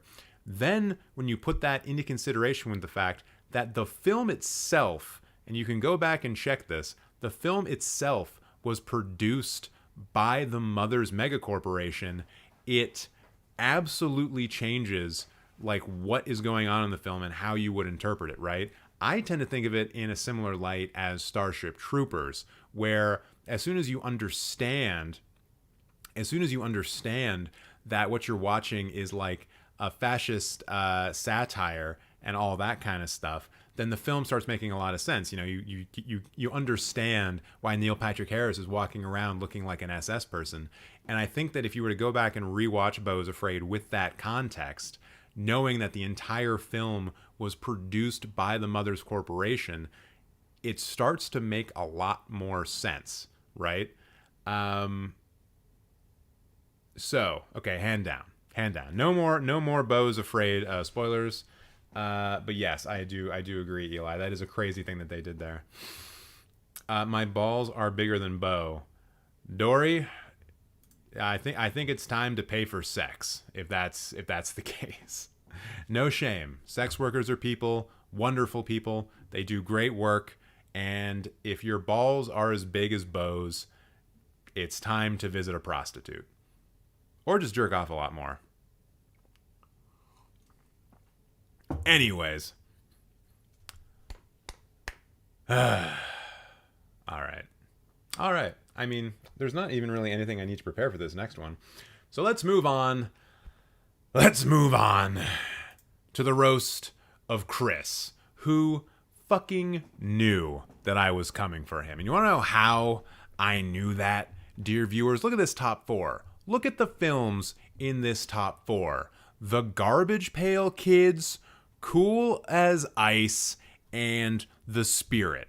3 films that if you were to ask enough people would absolutely come up in the conversation of being the literal worst films of all time. Let's play a little game here. Let's go through these films and find the average of the Letterboxd rating. Oh my God, how many fucking times did you watch this movie? How are you going between 2-star reviews and 5-star reviews of this? What is going on? Are you on acid? Okay, there's a 1.5. There's a 1.5. How many times has you watched Cool as Ice? Okay, only once, thankfully. There's a 1.9, so the average goes to 1.7 on that. And then for The Spirit, 1.9, which probably brings the average up to 1.8. So the average on 3 of your top 4 favorite films of all time is below a 2. That is the absolute turd stain of this entire site. And now I'm just really curious about this Devil Times 5 nonsense directed by Sean McGregor. Whoa, 2.8. Are you sure that's not too fancy for you? What even is this movie? What Wendy just saw them do will make you sick to your stomach if it doesn't make you faint first. It sounds like one of those movies in the UK that was banned. What are they called? The Terribles or something like that? 5 extremely disturbed, psychopathic children escape from their psychiatric transport and are taken in unwittingly by a group of adult villagers on a winter vacation. Adult villagers is a strange way of just saying the word people. Unwittingly by a group of people on winter vacation. Why do they have to be adult villagers? Very strange, very strange. Sean McGregor, did they do anything else that I've seen? No. Although they made a film with Vanna White? Vanna White made a movie? What? She puts a new spin on adventure? Wait, what is this movie even called? Oh, it's called... I don't even think I want to say the name of this movie out loud. I think that gets me canceled automatically. Vanna White is a stripper who falls for a stunt pilot who develops amnesia after a crash. Wait. When did Vanna White start on the Wheel of Fortune? Because, like, did she do that film because... Right? Like, did she get that film because of doing that one? Years active, 1980 to present. Yo, wait. Okay, after Wheel of Fortune hosts... White was selected as one of the 3 substitute hostesses. So yeah, she started in 1982. So 8 years after being, like, the darling of American game show hosts, she decided to do a movie about being a stripper. Also notice how no one here has this in their top 4. Thank God. This film is slightly... worse than Pocahontas 2, I guess. Also, I don't know if you guys know this or realize this, but this film being directed by Alan Smithee, that means that someone thought the movie was so bad that they had their name taken off of it and they had it replaced with this. If you ever see Alan Smithee involved with a film, just know that someone thought the movie was such shit that they like fought to have their real name removed from it. That's a common thing in Hollywood. If you think that the movie sucks, you put it in as Alan Smithee. Your name is Alan Smithee. Except for the film Alan Smithee Burn Hollywood Burn, which I think is actually directed by Alan Smithee. That's a weird film. It's too meta. It's way too meta. Anyways, Devil Times 5. Wow. Okay, let's take a look at this bio. Let's see if we can figure out what Chris is all about. I watch a lot of movies and probably rate most of them higher than I should. I mean, if this is any fucking indication, yeah, I think that might be the case, Chris. Your name's Chris, right? Yeah, I think that might be the case, Chris. Also, I was going a little bit too easy on you before because you gave this film a 1-star and then a 5-star twice, along with a bunch of other stuff. And you did it 11 years ago. Letterboxd didn't even exist 11 years ago. What the hell? Do you keep like a... Oh, wait, this is all coming from iCheck Movies. Right. You're one of those cool people like me who started on a different website and then migrated to this one. Also, I'm going to say, this is not part of the roast, but you have seen over 12,000 films, and that's pretty good. Of course, we need to do the hide short films to see what the real number is. Still over 12,000. Wow. You've seen like 4 times as many films as me. That's pretty wild. And yes, Eli, yes, he lives in Maine. He is neighbors, probably, with a lot of things from Stephen King novels that will kill you. Warning in advance, I tend to go overboard on the likes, especially on reviews of movies I just watched. Sorry if it floods your activity feed. Oh, you're one of those guys. Yeah, I'm not going to follow you on that general principle alone. I'm sorry, but I'm just not about that life. So what else we got going on here? I can only imagine what kind of list this guy must have. Whoa, 1941 from best to worst? Jesus. Are these all gonna be like, God damn it, Star Wars The Big 9 ranked? I'm not even gonna do it. I'm not gonna click on it. But it looks like you do a lot of lists for like, for years. And like, there's a lot of years here. 1983 from best to worst, 111 films. My God. I am toning it down, I swear. Toning what down? 1932 from best to worst. 1931 from best to worst. So is this like... Have you done all of the years? You've done every single year, haven't you? Wow. I mean, do I need to say touch grass? I don't think I need to. Look, like, I'll be real plain with you, man. If you are, like, around the same age as me, please go outside. Please. The sun has missed you. It's wondering where you are. It's worried about you. It wants to give you vitamin D. Even Rocco is concerned with you. That's why he's meowing in the background. So, like, come on. Come on. Oh, Jesus. I guess if anyone in the Discord who's wondering what films they should watch from certain years, this would be a good place to start. This is actually kind of incredible. I'm kind of awestruck. Hey, look. Not lists with years in them. Sam Peckinpah, Peter Jackson, Zombies, Fulci. A lot of stuff going on here. I shudder to even think what is in your watch list. Are there any films left for you to watch? Hold on a second. You've seen over 12,000 films, but you haven't seen the cinematic masterpiece that is Fast 9 or F9. Come on now. And you know what? I was surprised earlier today. When I was putting together the thumbnail for this film, I was like, oh yeah, it should be all about Fast and the Furious, because Fast and the Furious is coming out this weekend. I'm just going to put the 4 worst Fast and the Furious films on there. And I thought for sure that those were going to be like Tokyo Drift, number 2, Too Fast, Too Furious, and like Hobbs and Shaw and something else. I didn't think it was going to be F9 though, because I actually really loved this movie when I saw it. I admit that it's not good, but I thought it was great, you know? I thought it was a lot of fun. And so when I saw it being as the lowest rated Fast and the Furious film, I was a little sad. That did make me a little bit sad. What the fuck is Crypto Zoo? Is this movie going to try to convince me to buy low on Bitcoin? Because it's gonna rebound. It's decentralized, guys. It's gonna work eventually. Hey, look at that! It's a Rutger Hauer film. These are films that I want to see more of. Shitty action films starring Rutger Hauer, because he has done a few of those. What did he put Fast and Feel Love? Haha, bet he's seen it. I mean, I don't think there's a way I can actually dig down and find that unless I like.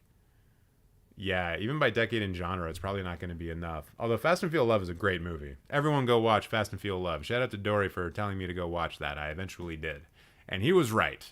He was right. So let's see. What else we got here? I also want to see Pompo the Cinephile. But yeah, there's just so many films here. Benedetta. Yep. That's a good one. Real great if you want to see a nunsploitation film, a modern day nunsploitation masterpiece. I also want to see Suzumi and Election, and I have seen some of these other ones. Wild. You've seen so many films, and yet not some films that I would absolutely expect you to see, like The Pope's Exorcist. It's so fun. It's a fun movie. Go with a friend. God, yeah, I don't even know what to do here anymore.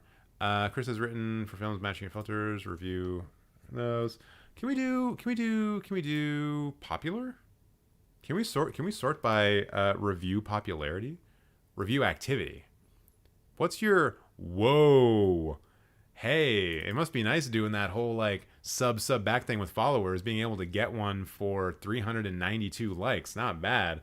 The greatest bad movie ever made. Talk about the rumor or Birdemic all you want. This blows them out of the water by being totally equally terrible and awesome at the same time. You're not necessarily wrong. If I cut this into a longer montage, I will now put in that clip of the guy yelling out, "Oh my God," because it is tradition. You got to do that kind of stuff. At this point, I don't think the Coens could make a movie I hate. Have you seen Lady Killers though? Almost perfect in every way and a very good contender for my favorite movie of 2013. Wild. Wait. Okay, did we look at your low end, like your half-star films? Because I wonder how many there actually are. Hold on. Let's do. You like Lady Killers, huh? Well, that's a bad thing. Boom, you're roasted. Gummo, half-star. Really? You're not into seeing kids, like, abuse each other? Why not? Children of the Corn, sequels, pretty far down there. Yo, Exorcist the Heretic at half-star is very true. Very, very, very true. That movie is so bad. It's not even so bad it's good. It's just shit. Wait, is this The Lair of the White Worm? Yo. This is on Criterion Channel. It was part of their like 80s horror movie thing. That movie was fun. It's got Hugh Grant in it, I think, in one of his very first roles. It's very strange. Very strange movie. Karate Kid half star. Yeah, it might be new Karate Kid. I didn't really pick it out when I saw it. Oh no, yeah, that's the original Karate Kid. And the Karate Kid Part 2 and Part 3. Wow. So tell me, Chris. You saw the original Karate Kid and you were like, you know what? This is one of the worst films I've ever seen in my entire life. So now I'm going to go watch both of the sequels to see if it improves. How does that work? How does that work? I've never heard of most of these movies. What, you've never heard of Unseen Evil or Teenage Caveman or Silent Night, Deadly Night 4, where the 4 has been stylized as a knife? There's some good graphic design for you right there. Whew. Whew. Yeah. So this is the kind of thing, like, I think watching 12,000 movies is awesome, but I think if to get to that number, I have to watch things like Silent Night, Deadly Night 4, I think I'm probably going to stop. I think I'm probably just going to stop watching movies. You know? There's got to be a point where you just say to yourself, I'm not going to do this anymore. And before I move on to the 5 stars, Chris, I do have to say, half a star for Elephant is fucking bullshit. It won the Palme d'Or, god damn it. It's Gus Van Sant's best film. How dare you put this down as half star? Look, I rated it as 4.5 out of 5, and we all know that my opinion is the correct opinion. So what the heck? What the heck, man? El Terrible. El Terrible. To think that you have Elephant on the same level as Silent Night, Deadly Night 4, Species 2, Triple X, Unseen Evil. Ugh. Puts a bad taste in my mouth. Gus Van Sant, that hack. Oh boy. I feel like I want to throw bows right now. I'm gonna throw hands. You're lucky you're not here in person, or else you'd have a bloody nose on the floor crying out, "No, TJ, please don't hurt me anymore for my Gus Van Sant opinions." And I'd be like, I'm gonna do it. This is me looking really intimidating. I'm gonna get you again. That could go on live stream fail, probably. All right, top 5, or not top 5, 5-star movies. The fuck is this? Arcade Attack? Heroes of the Pinball Arcade race to stop the invasion of the video game terrors. That's a 5-star movie? What? This is just some VHS bullshit that someone made in their basement. How is that even this high? Oh my god, there's so many movies here that I don't even know. I've never seen before. In the Search of Darkness Part 3, that documentary? What? And then there's just Elf. The Raid 2, Clerks 3, Moonfall? What? Okay, wait. So your top 4, you're not trolling with that top 4. You're being legit. You fucking like those movies. That wasn't a thing that you were trying to get me with, because if you're giving Moonfall 5 stars, a film I admit that I haven't seen, but like, okay. You actually love those movies. Wow. I'm at a loss for words. I don't know what's going on here. I'm yawning a bit. It's making me yawn a little bit. And then you have like Hereditary and Possessor at 5 stars, and it just makes no sense. I don't understand this at all. Cruella at 5 stars? What is your distribution? Yeah, okay. Wow. And then like you come in and you have reasonable takes like Resident Evil Apocalypse is 2 stars. Like, yeah, no shit. So I guess what, you're rating things based on like, oh, like I know this movie is bad, but I love it, therefore it goes in the top 4. I guess that's what we're dealing with right now. I guess what happens when I click on stats actually? What does stats show me? I want to explore a little bit. What about network? Well, that doesn't do anything for me. What about tags? Ooh, I can see your tags. I didn't know I could do that. DVR is a tag? God. 2004 called. It wants its tags back. Boom. Got 'em. Roasted. Diary. We don't really need to look at that. Oh, fuck. I never use those anymore. Fair. The Five Nights at Freddy's trailer just dropped and tweens are already peeing themselves. Well, that's good. They needed something else to pee themselves about, I guess. Climate change wasn't enough. All right, Chris, because I just don't know what the fuck is going on with your profile, I'm going to end the roast there. You have bewildered me. You have brought me to a place that I didn't know existed. I am aghast. Eli, thank you so much, and catch you in the next one, and in the Discord. Join the Discord, everyone. I'm going to take a quick look and see how many people have actually joined the Discord, and I'm going to shout them out. I'm gonna let them know that they're cool people in the eyes of their Lord, me. I swear I'm not this egotistical. I swear I'm not. Oh my goodness. We got Zoe in, we got Cone in, who I can only assume is the bass player from Sum 41. Chris just got in, Samers got in, Valkus just got in, and Eli's saying howdy to all of them. You're flabbergasted? Yo, I'm flabbergasted. I don't know what the fuck is going on anymore. Someone just at me in this, though? Evil Dead Rise was so disappointing. Yo, Sam, you are correct. Thank you for adding me and telling me that. I agree. TJ's pretty chill today. Yeah, I know. I kind of lost the angry energy after the first couple. I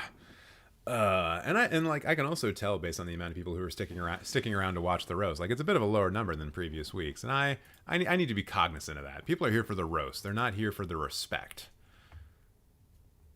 But also sometimes you gotta just like chill out, you know? You just gotta chill. Except that's not what I'm gonna do for fucking Gabe, because here we go, baby. Apparently, they're immature but having fun.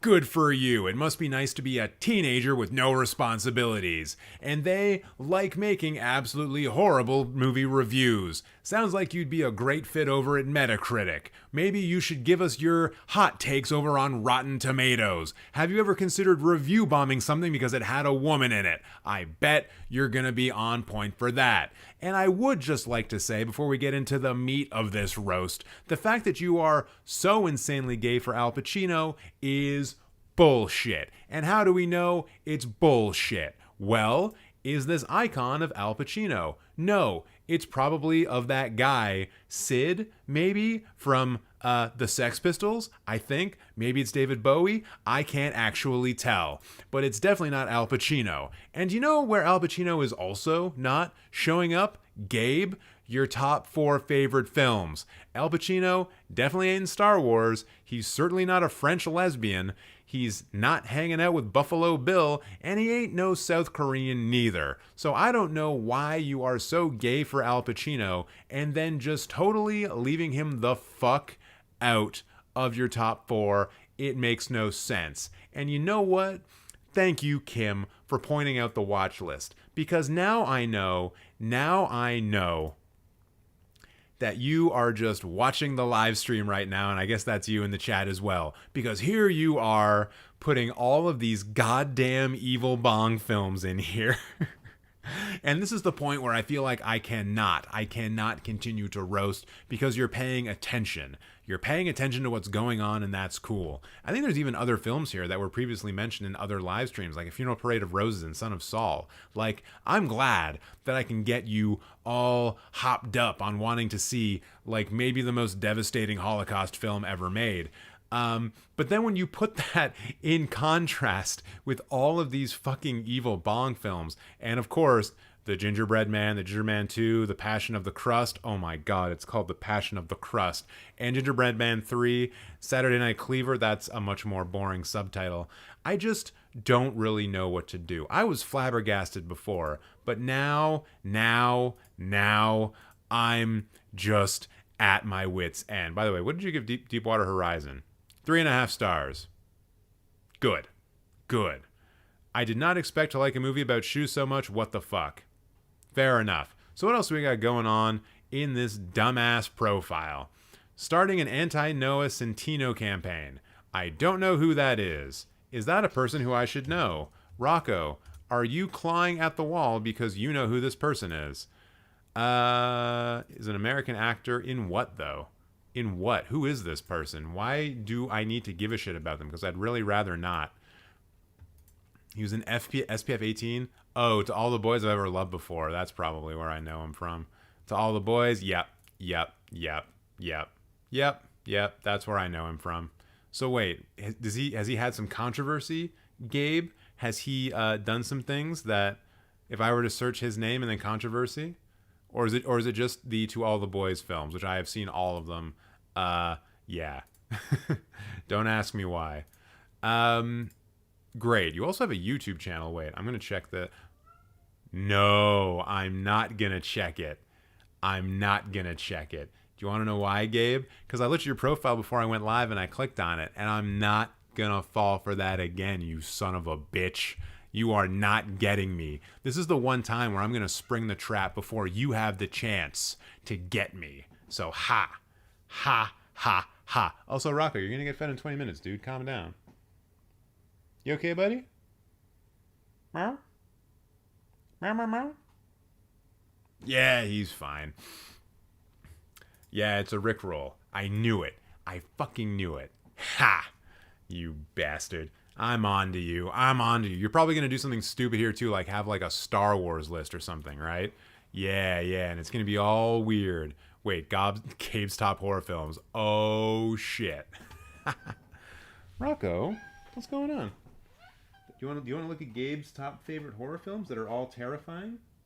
No? You just want to, like, swap me? Please don't swap me, Rocco. We can't have the police showing up here again after last time. Just kidding. The cops never come here.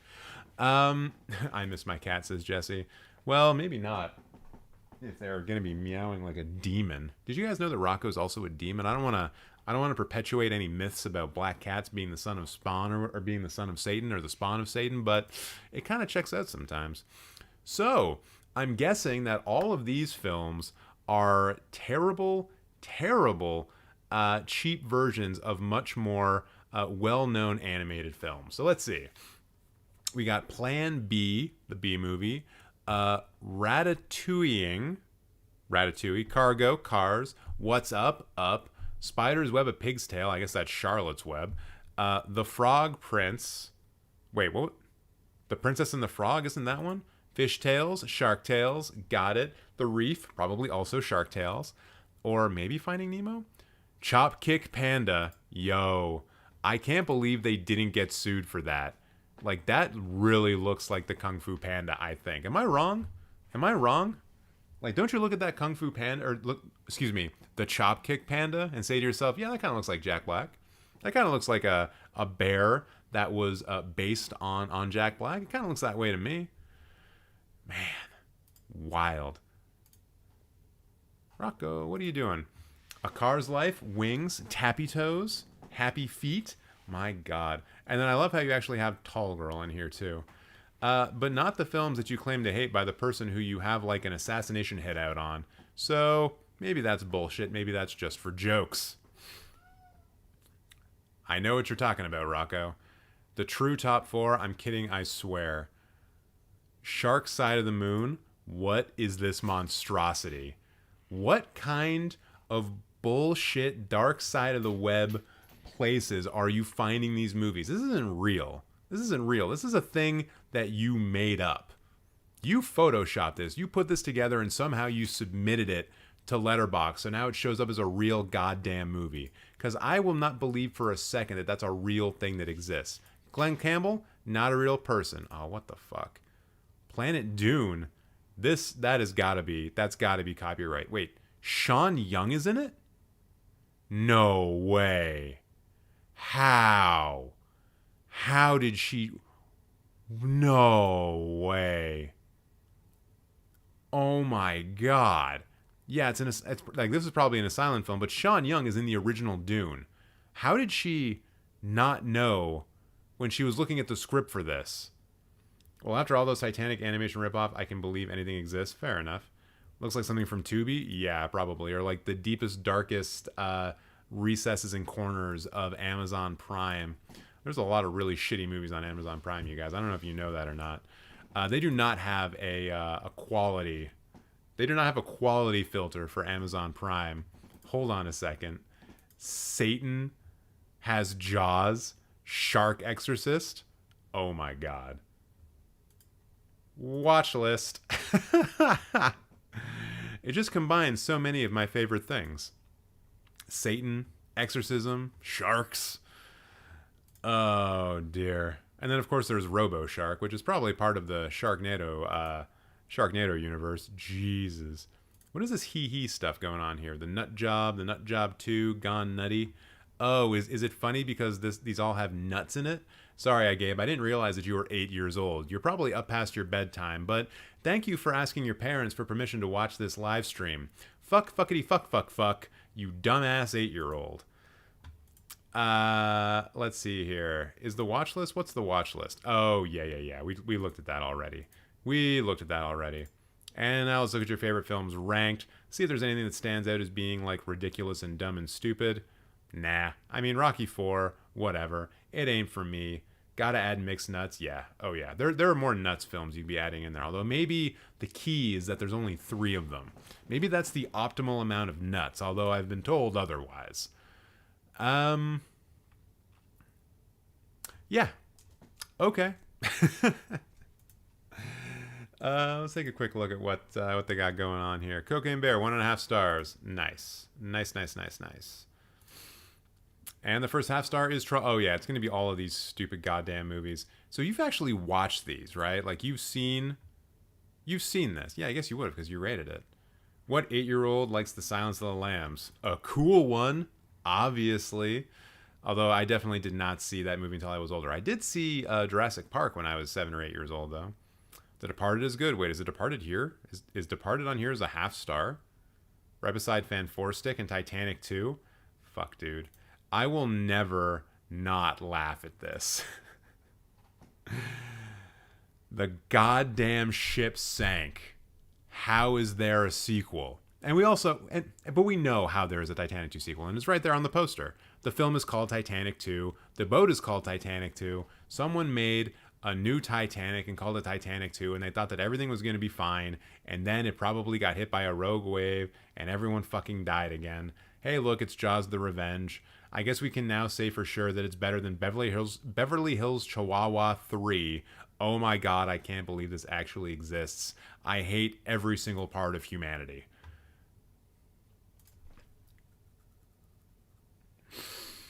I guess we should turn this around. Let's turn it around. Let's see what's at the top end. No, I'm asking if it's good. Oh, is The Departed good? Sorry, I can't really read. I don't know if you guys knew that.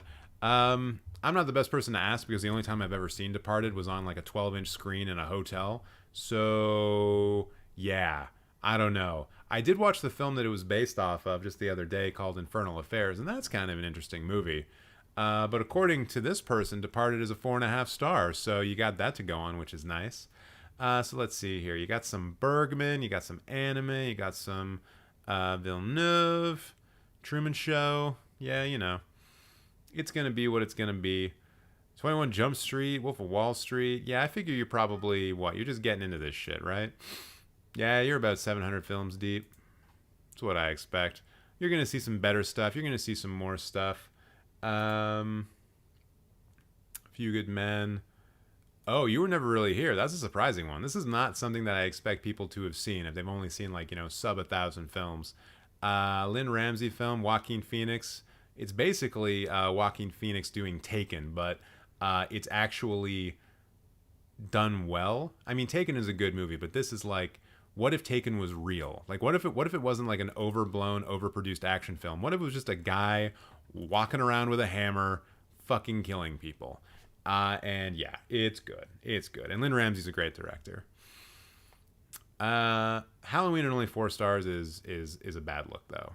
Not gonna lie. Although I will say I do like how you're really reserving the 5 stars. I like that. You only got 15, maybe 20 here that are 5 stars. Good stuff. What else is going on here? I'm not seeing a lot else to talk about. So Gabe, I think that's it. I think that's all for you. But my God. I'm glad that I was able to get some of that rage out near the beginning there. Thank you for that. And avoiding your Rickroll brought me a lot of pleasure. A lot of pleasure. You appreciate it? Cheers. Thanks for playing this wonderful game. I know, Rocco. It is almost time for you to be fed. Where are you? Oh, he's right behind me. I got a feeling he's going to, like, jump up behind me and, like, fucking kill me.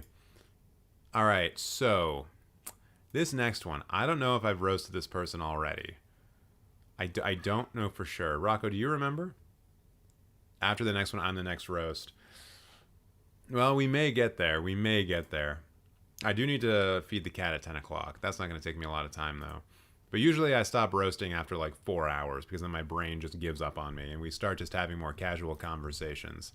So maybe a rare cinephile, you're going to be number one. Maybe you're going to be number one for next week.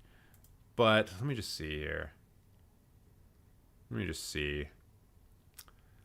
What can I even say about it? It just feels like it's going to be the same as some of the other stuff I've already said tonight. So you know what I think I'm actually going to do? I am going to stop the roasting there. I don't think I have quite as much mojo as I've had in recent weeks. Well, in Spain it's 4 a.m. I have to go. Thank you, Grimes. Pleasure to have you. Pleasure to have you here. So I think I'm gonna stop the roasting there for this week. So we're gonna turn this back over into the hey. Anyone got questions or things you want me to rant on? Please get them in the chat right now, and we'll just have a bit of a casual, laid-back conversation. And at some point, I'm gonna walk off screen and go give the cat some food. I mean, you're not gonna be first next week, but you're gonna be like second next week. So don't worry about it too much. What have I been watching recently? What have I been doing with my life? I mentioned that I did see Infernal Affairs. I did watch Evil Dead Rise. Was not a big fan of that. God damn. First movie I watched.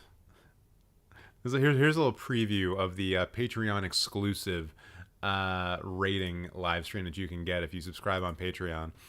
This is the first film that I watched this month, called Criminal Passion, and it is so bad,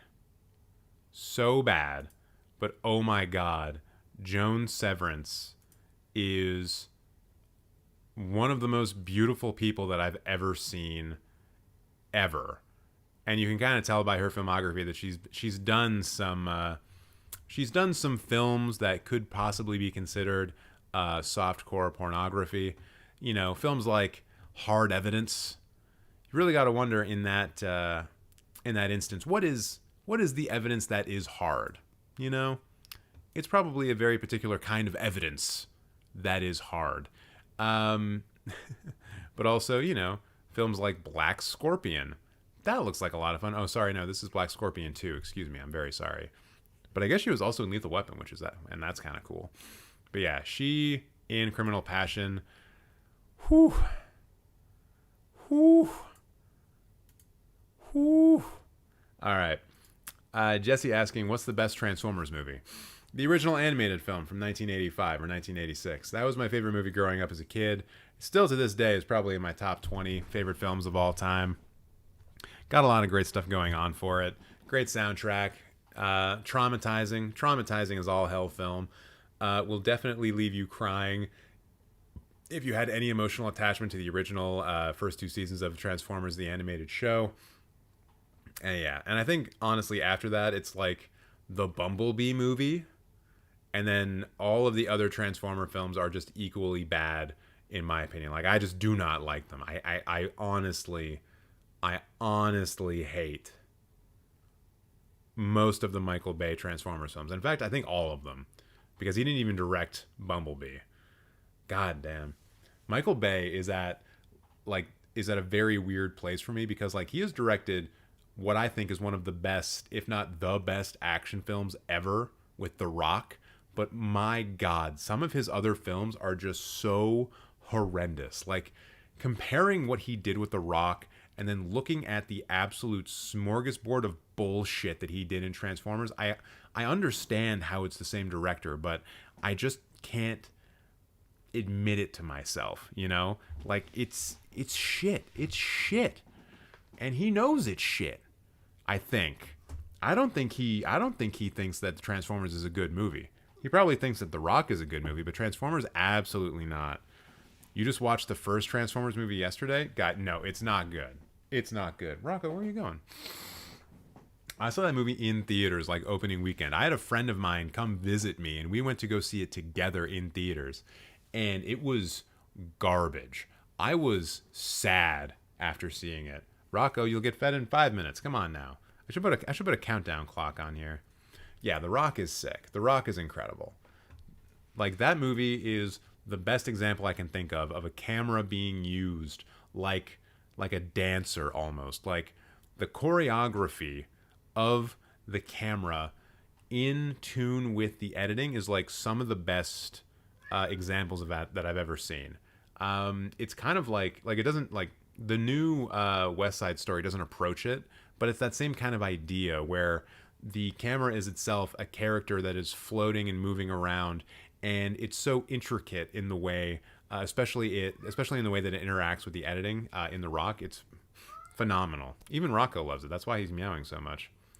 I've never liked the Transformers movies like at all. I encourage you to see the animated film from 1986. That movie is a party. That is a full-on party, that movie. Hell yeah. Oh, man. There was a point in time in my life when when I could quote the Transformers movie, the original 1986 one, from front to back fully. And there was one point in time where I had watched the film enough where I could call out edits and shot scales of the next shot coming up.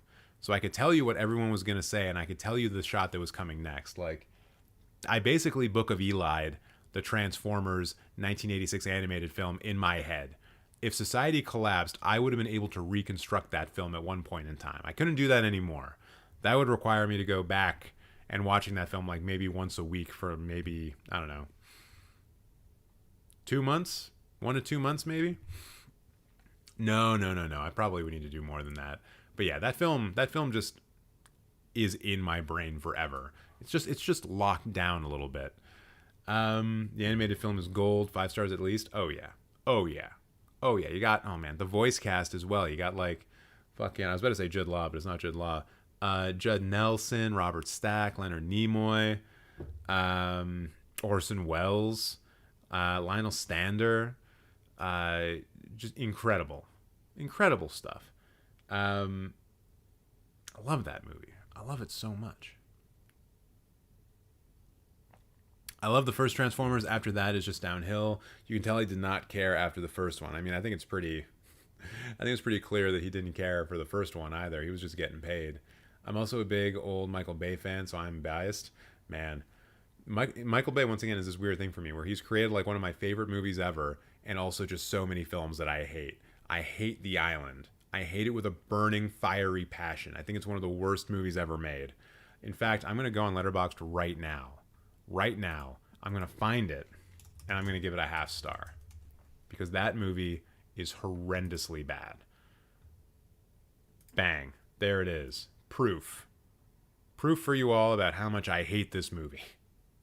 So terrible. I hate you, Michael Bay. But I am also going to go, to make sure that there is balance and order in the world, I am going to give The Rock the 4.5 stars that it deserves. Should I try to rate all of these? Or the ones that I've seen at least? Transformers. This is a 1-star movie. Is Revenge of the Fallen... Wait, which one's number 2? Revenge of the Fallen is the sequel, right? Yeah, so that's a 0.5 star. That's just shit. Dark Side of the Moon, guess what? 0.5 star, also shit. Bad Boys, that's like a 3. That's like a 3. It's actually a decent movie. Armageddon, for the laughs, let's say 2.5. Age of Extinction I haven't seen. Six Underground I haven't seen. Pearl Harbor I don't think I've ever seen. The Island I just rated. The Last Night I never saw. Wait, where's Bad Boys 2? Oh yeah, there it is. And let's give Bad Boys 2... I gave it a 2.5. It's Rise of the Skywalker, but done right. Wait, which one? Transformers? I binged the Bad Boys movies one weekend. It was right after the Slap 2. Oh, I was about to say, what do you mean you binged them? It's only 2 movies, but then I remembered that Bad Boys 3 exists. Or wait, is it Bad Boys 3 or Bad Boys Forever? Or Bad Boys for Life? Didn't they like really miss out on the opportunity to brand the 4th movie, whatever it was going to be, as like Bad Boys for Life, and like with the letter 4? Like they really missed out on that, and I think that's a shame. They probably should have done it. Oh my god. Amanda the Jedi is at Cannes right now? God damn it. So many people are at Cannes right now, and I am not. And they are seeing a movie starring Johnny Depp himself, I guess. Let's see your review, actually. Here's a review coming out hot at Cannes, or from Cannes, from Amanda the Jedi. Bold to cast oneself as woman hot enough to instantly gain every man's, including the king's, intention. So wait, who made this movie? Maya Wen? Oh, she cast herself as that. Interesting. Yeah, directed by Maya Wen, starring Maya Wen. I didn't know that about the movie. Cool stuff. All right, everyone. I think with that, I'm actually going to go feed the cat, and I am done for the evening. Thank you so much for following along, for sticking with me, even though I know I was not at my best tonight. Next week will be better. Make sure to watch all kinds of good movies. Please subscribe and follow and do all that cool stuff wherever you're supposed to be doing it. And I hope you have a great rest of your week, and keep an eye out for more great content coming out on this channel, because I'm making a content push. I don't know if you've noticed that, but I'm back in the groove, baby, and that's in large part thanks to you guys. So thank you again, and I will see you very soon in the next live stream, a week from now, unless I do one sooner. Maybe I will. Ciao. Bye-bye now. Have yourselves a good goddamn night.